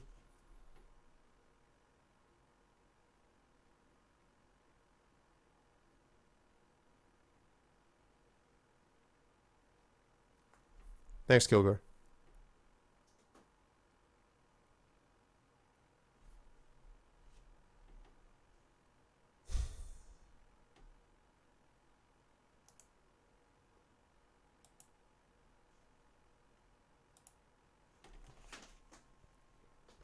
So I have to go there and relink because it didn't pop up.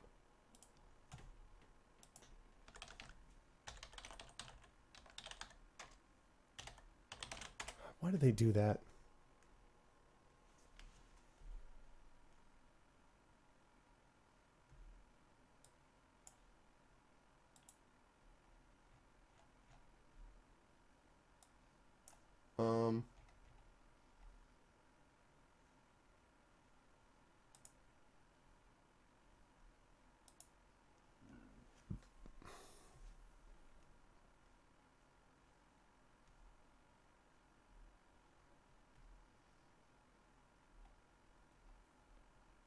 Okay, can someone else do it? Can someone unhost and host? Yeah, no, sorry, Kun. I'm trying to test and make sure this is working.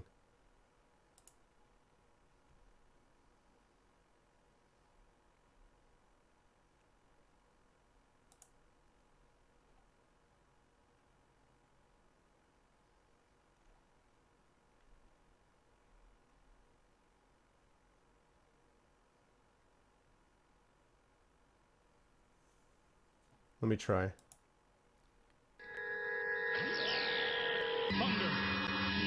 Okay.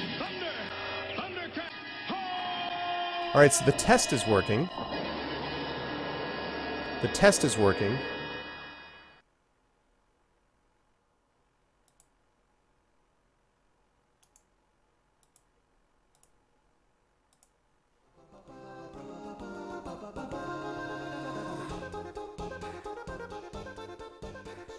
Okay, that's working.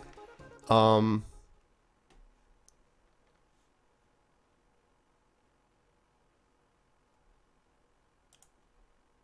why are the tests working but the hosts are not?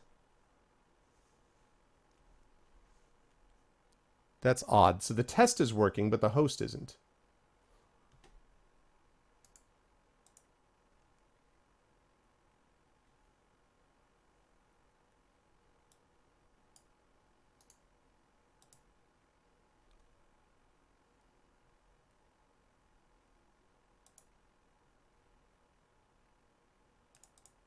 Okay, now can someone try it again? Sorry, can someone try hosting me again now? I apologize, guys, but I just want to make sure this is working while I have people that I can test it with. Can someone try hosting me now?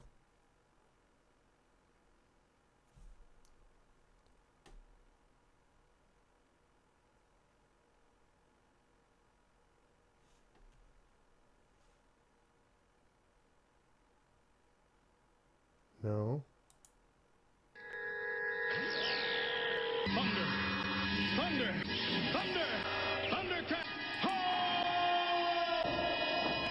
Hey, what's up, Eternal Fire?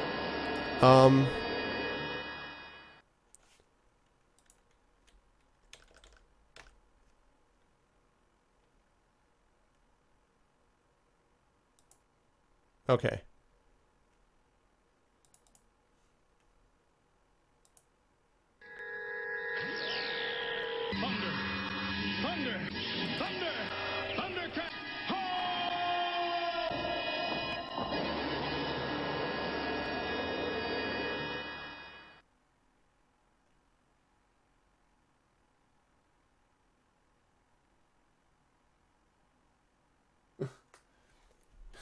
We suggest closing your OBS completely and reopening. If that fails to work, please consider upgrading your software. How about please consider going to hell? How's that sound? I don't want to restart. Alright, well, I'm going to have to do it later. I'll have to figure it out later on then. It's weird that the hosting test works, but the regular hosting doesn't work. That's really odd, but okay. Anyway, thank you for letting me know. I will address that later.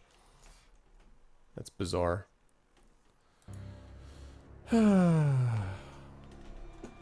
Oh, I hope it's worth it. Alright. Hopefully, that's okay. I'll deal with that later.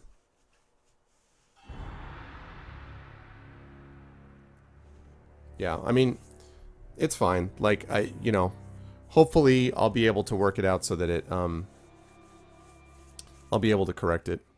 Yeah, it should be straightforward. It's just annoying that, like, restarting it is... I don't want to restart it because I don't want to have to stop my recording and doing all that stuff. It's like the famous reboot everything, you know? Find the White Forge. Okay. So, the foundry. So that means that's this, right? Foundry's going to be here.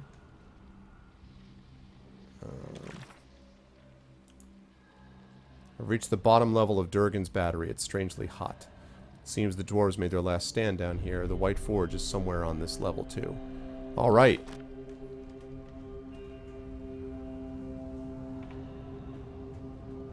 Yeah, but Roix, the test is done on the web page, though. I'm not testing it from OBS. I'm testing it from the web page. Also, hi, Roix. But I'm testing it from the web page. So something is getting through. But what I'll do is, when I get done with this, I'll go and I'll restart OBS, basically. I just don't want to do it while I'm streaming. I'll restart OBS and I'll try it that way. Yeah, I'm in the same boat, Kill. I know everyone's in love with OBS Studio, but I'm sorry. I don't like being force-fed it. I'm not, and I am absolutely under no circumstances going to spend hours transferring all my scenes over. So, once they figure out it, there is a tool, I guess, that allows you to do some of it. But when they come up with a tool that transfers it, I'll do it. But not until then. We're in this together. Alright, so I'm probably not going to get through all of this level, but I am pleased. I'll probably play this for another... Probably get another 10 minutes or so out of this before I wrap up for the evening. But this is good. Until it's finished, just mimic your alerts. Da-da-da-da-da! Oh, did you, Law? Yeah. Thunder! Thunder! Thunder!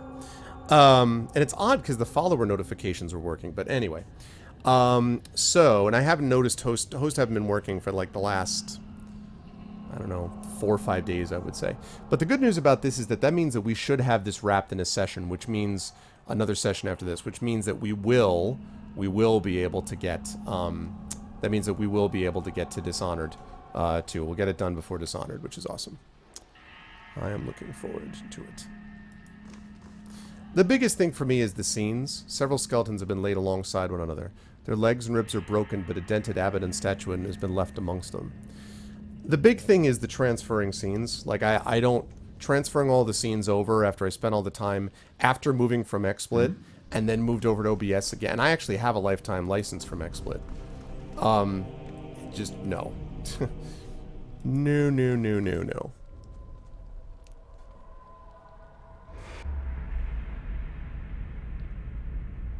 I'll organize the troops to guard the stairs. We can hold them off for a while. Vazo's repairing the Guardians. Elune's preparing for the... You can't be serious about this. Let's just wait those monsters out. Abydon wouldn't let us... Abydon rewards earnest work, not begging and cowering. We must hurry.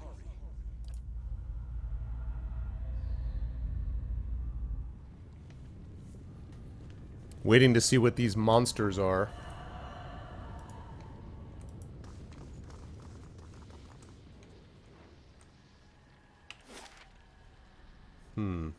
Right or left? I'm going to say right. Margren's fire casts light in dark places. Dark places. Arm yourselves, soldiers! Alright, I do not have the mechanics for that yet. So I will need to find some other way to get in there.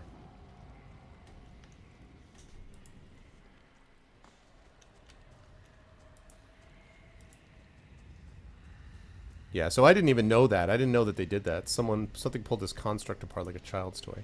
So I will, I'll deal with that. Oh my god, have some skeletons.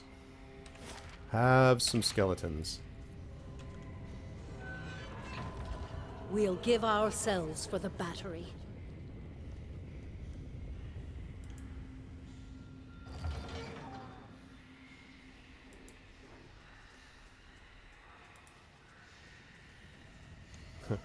In before attack from everything. Pargrinan histories lie open and abandoned. Some are missing pages. The records are here. Keep searching.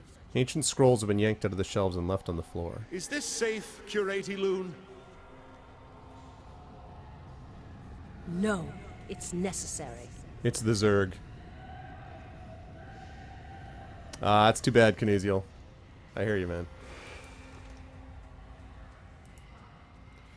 Torn scrolls and books with broken spines litter the floor below the shelves. What were you looking for? Oh, more gauntlets of ogre might.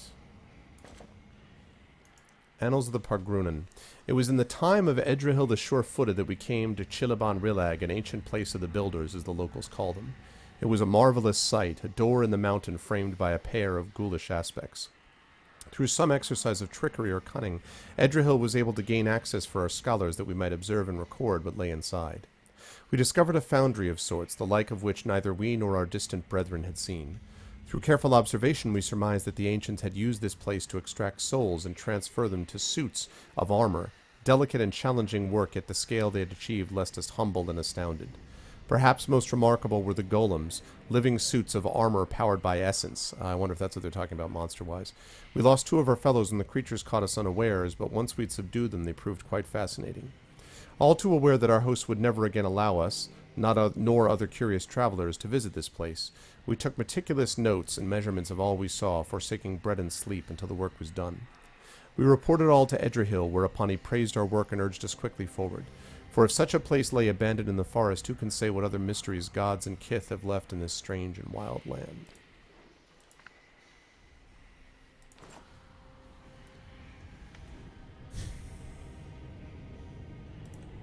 Game shows? I don't even... Oh, I heard... Yeah, I guess I vaguely heard about that. I know nothing about that, to be honest.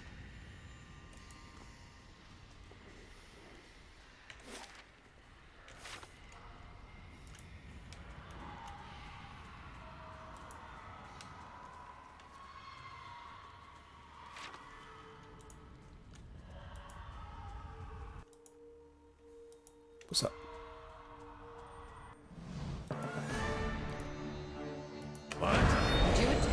Oh god. Get in here, get in here, get in here. Everybody get in here. Everybody get in here. I said everybody, I meant everybody.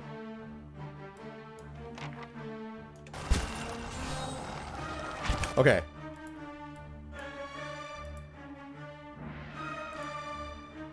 What? Okay. I have them. Moe Ixi Ana. I need this big time.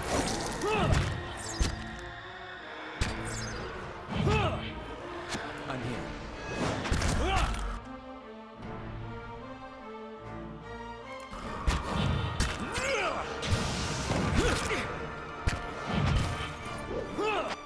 Okay. It's not working. It's not? Well, this is going to be working. Welcome to Flank.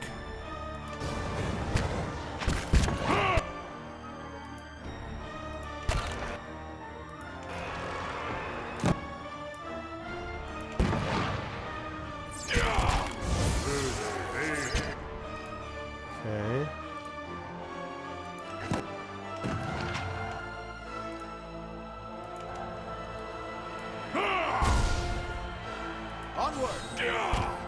There we go. That was about placement, people. Okay, get in here, get in here, get in here, get in here. There we go. My mind feels sharp.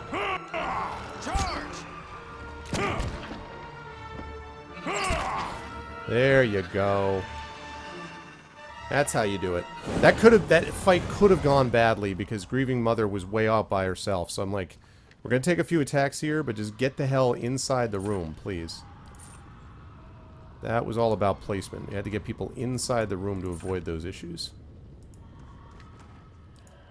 And I'm gonna make a ton of money from this stuff. A star pattern crack radiates from the center of this table as if a hammer or mace smashed it. A pair of skeletal hands protrudes from beneath it.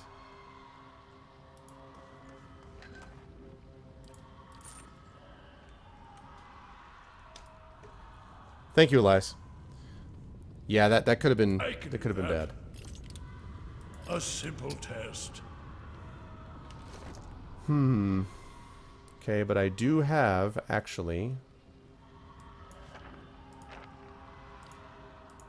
This is the last one of these, which is the only problem. This better be worth it, this chest. What?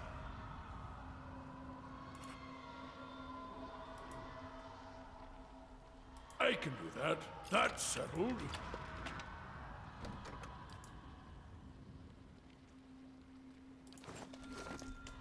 Okay. Potion of Major Endurance, Potion of Flame Shield. Okay. Range deflection bonus, minor spellbound, mind, mirrored image. Plus 10 deflection against ranged attacks.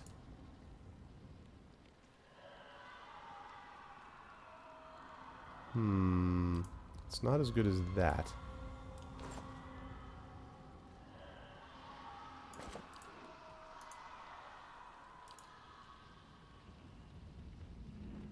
Tireless Defender. No, I need him to stay with Tireless Defender. Plus 3 might. No. Need that to be the case for him as well.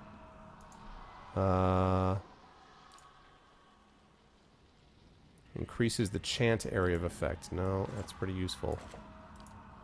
In before I'm not able to use this. It's not as good as what I've got on. 10% range damage, 6 accuracy against beasts.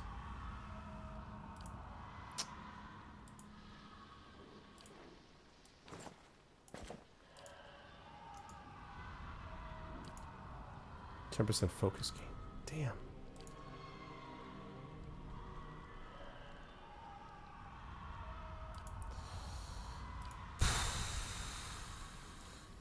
That's unfortunate. It's like something that would be useful, but not with my current build and not with the people that I have, with the objects that they have, so... Oh well.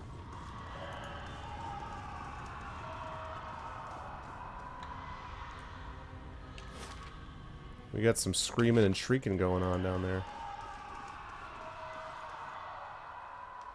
Okay. I'll test this door.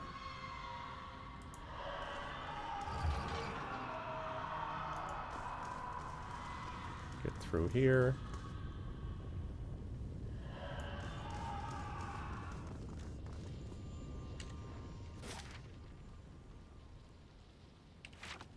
Alright, so we're just going to get through this room that's down here. Yeah, Kinesial, well, I can't talk about this yet, but I'm interested in the visual novel setup for some reason. They must stand up to the heat. Right away, Master Vassal.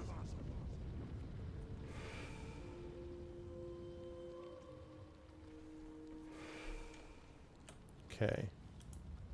Cracked skulls and splintered bones lie in a jumble. Most of the remains have been ground into dust. Not a sound. I forget how long. I want to say this was... These pliers, picks, and awls are made for shaping metal. Dried blood flakes off of them like rust. Like, Durgan's battery was, like, hundreds of years? 1,000 years? I don't remember how long. Hammer and chisel armory key.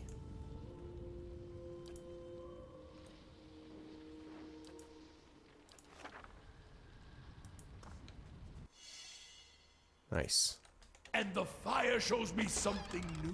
Yeah, and I needed camping supplies too. Awesome. Yep. I can do that. A simple test. That's settled. Adrasphere. Nice. Okay. Cool.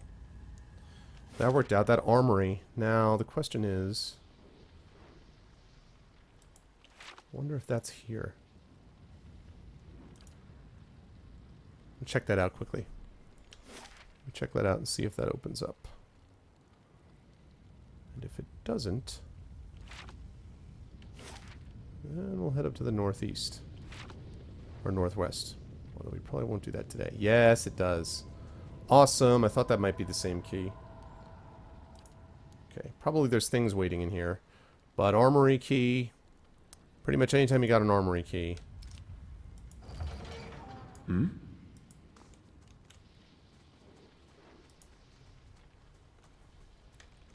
Where's the 6 million attacks? Ooh, nice, okay. So I'll be able to do the same thing. I'll be able to camp and then use that camping supply. Girdle of the Driving Wave. Okay. Gauntlets of Swift Action. Exceptional Brigandine I don't care about. Care about that.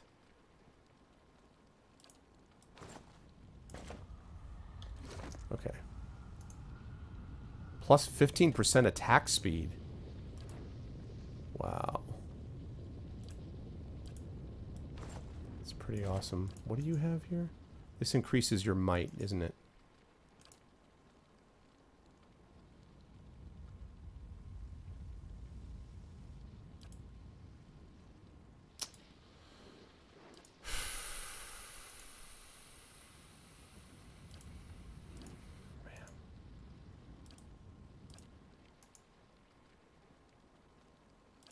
Crit damage multiplier? Okay, that's not...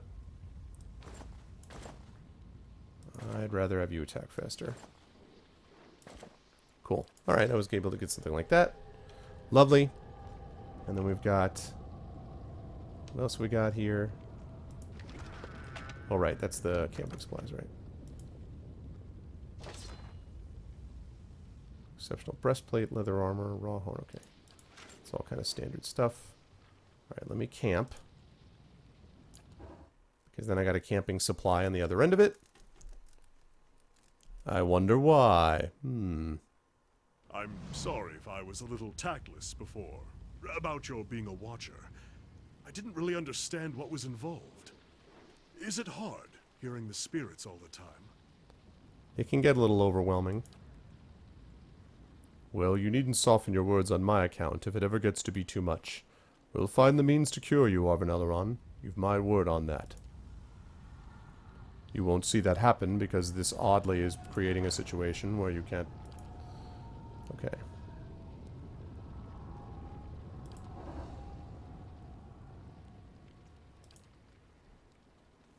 Okay.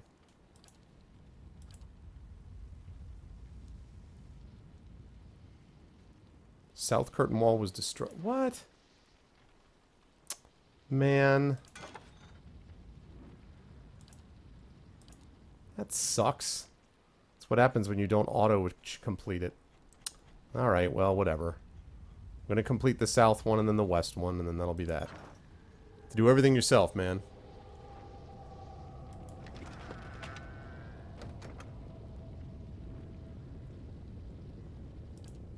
Exactly, Kilobyte, exactly. I think you see you're picking up what I'm throwing down. I think is what this comes down to. Okay, so perfect. Let's get us positioned here. Of course.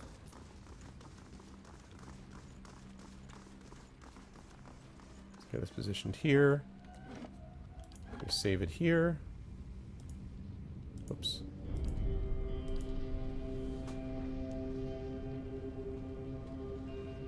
Yep. And there we go. Wait for it. Wait for it. And exit. Awesome. Well, that was good, guys. We made some serious progress. We got very advanced here. I think we are almost done with White March Part 1, which is cool, only because that way it will allow me to, I guess if it gets done fast enough, there's even a off chance that I might be able to do another DLC, depending on how short they are. I might be able to do another DLC before, I'm trying to think, because I have like 3 DLCs I was going to do. Maybe I'll be able to do another one before Dishonored 2 comes out, but at least I'll have this one finished. That's cool. I am looking forward to that either way. But this was great. I had a lot of fun tonight, a lot of good chat, a lot of good conversation and stuff like that that I enjoy. So I hope you guys had a good time too. And if so, I hope you will consider following the stream. I hope you'll consider checking out the YouTube channel, the Steam group, of course, ! Steam group, ! ArvTube for the YouTube stuff. You can actually see that right up there. There we go, right there, showing right now. ! Arvtreon, of course, to support the Patreon, and that's right there, sitting at 501. Again, 525 is going to be like an Ask Me Anything type thing that I will do. 550 will be a raise for the Arvocalists. 575 is a Discord server for the channel, and then $600 is Talisman. So it's good times, and I'm looking forward to seeing where we get to as time goes on. All right, with that said, we are going to do a raid. As I pull that up there. And let's pull that up there. Good. So we are going to do a raid, and the way that we do raids here is like this. We do the Arvanauts have landed, followed by Twitch raid, and that's lowercase Twitch and then uppercase RAID. The key is to make sure that you don't do this until you hear my audio outro, okay? So once you hear my audio outro, you can let that drop like a mighty stream. And let me check and see who we're going to raid today, actually. Who's it going to be? That's not at all what I wanted to check. That's what I wanted to check.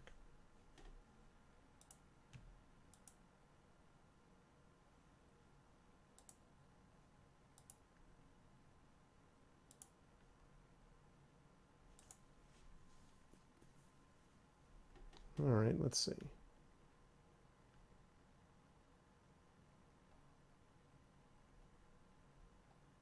What have we got? What have we got? What have we got?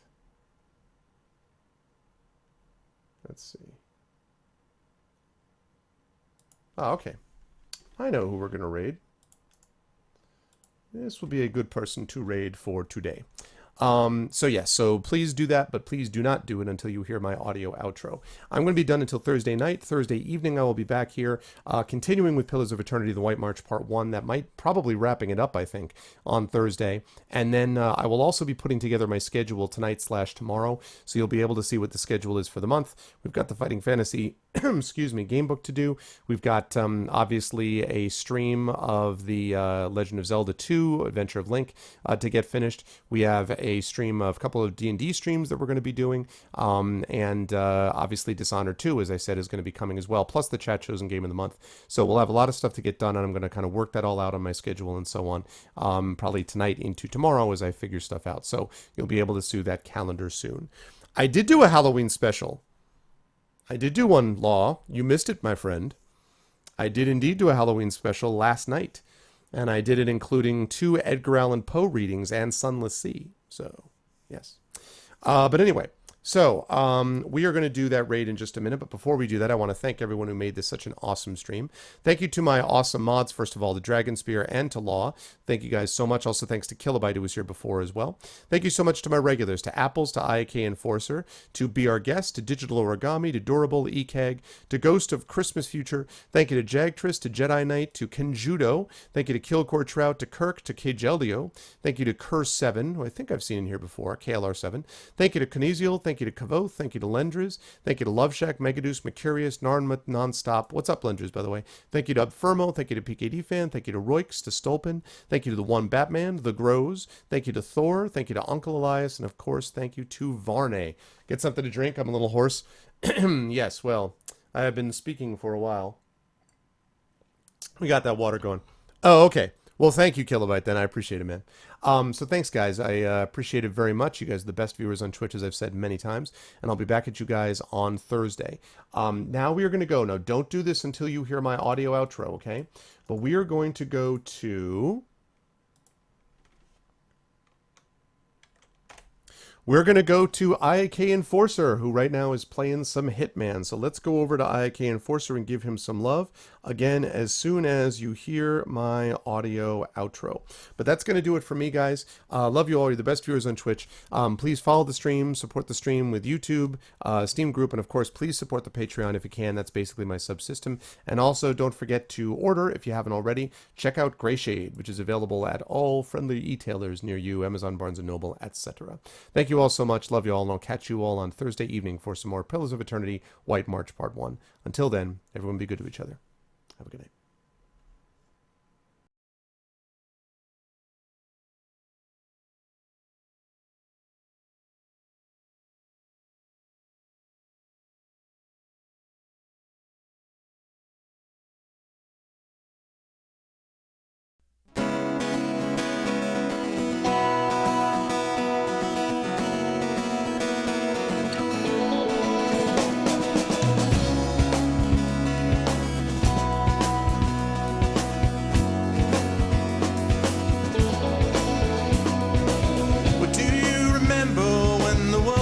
Fresh and new, when it all seemed clear to you, when your aim was straight and true. Were your mind untroubled by the questions in the dark, content to play your part, or open pathways to your heart.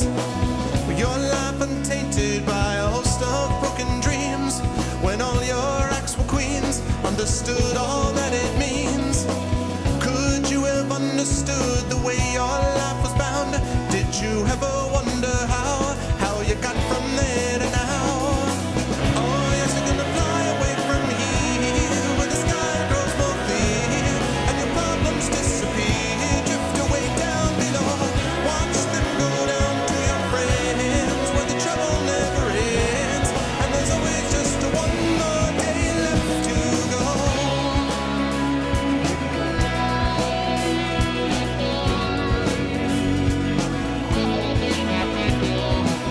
Go on and search now through your pile of broken lies, and your set of fake goodbyes, another cynical disguise.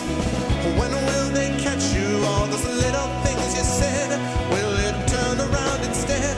Blame the voices in your head. With all your subtle language, try and turn your life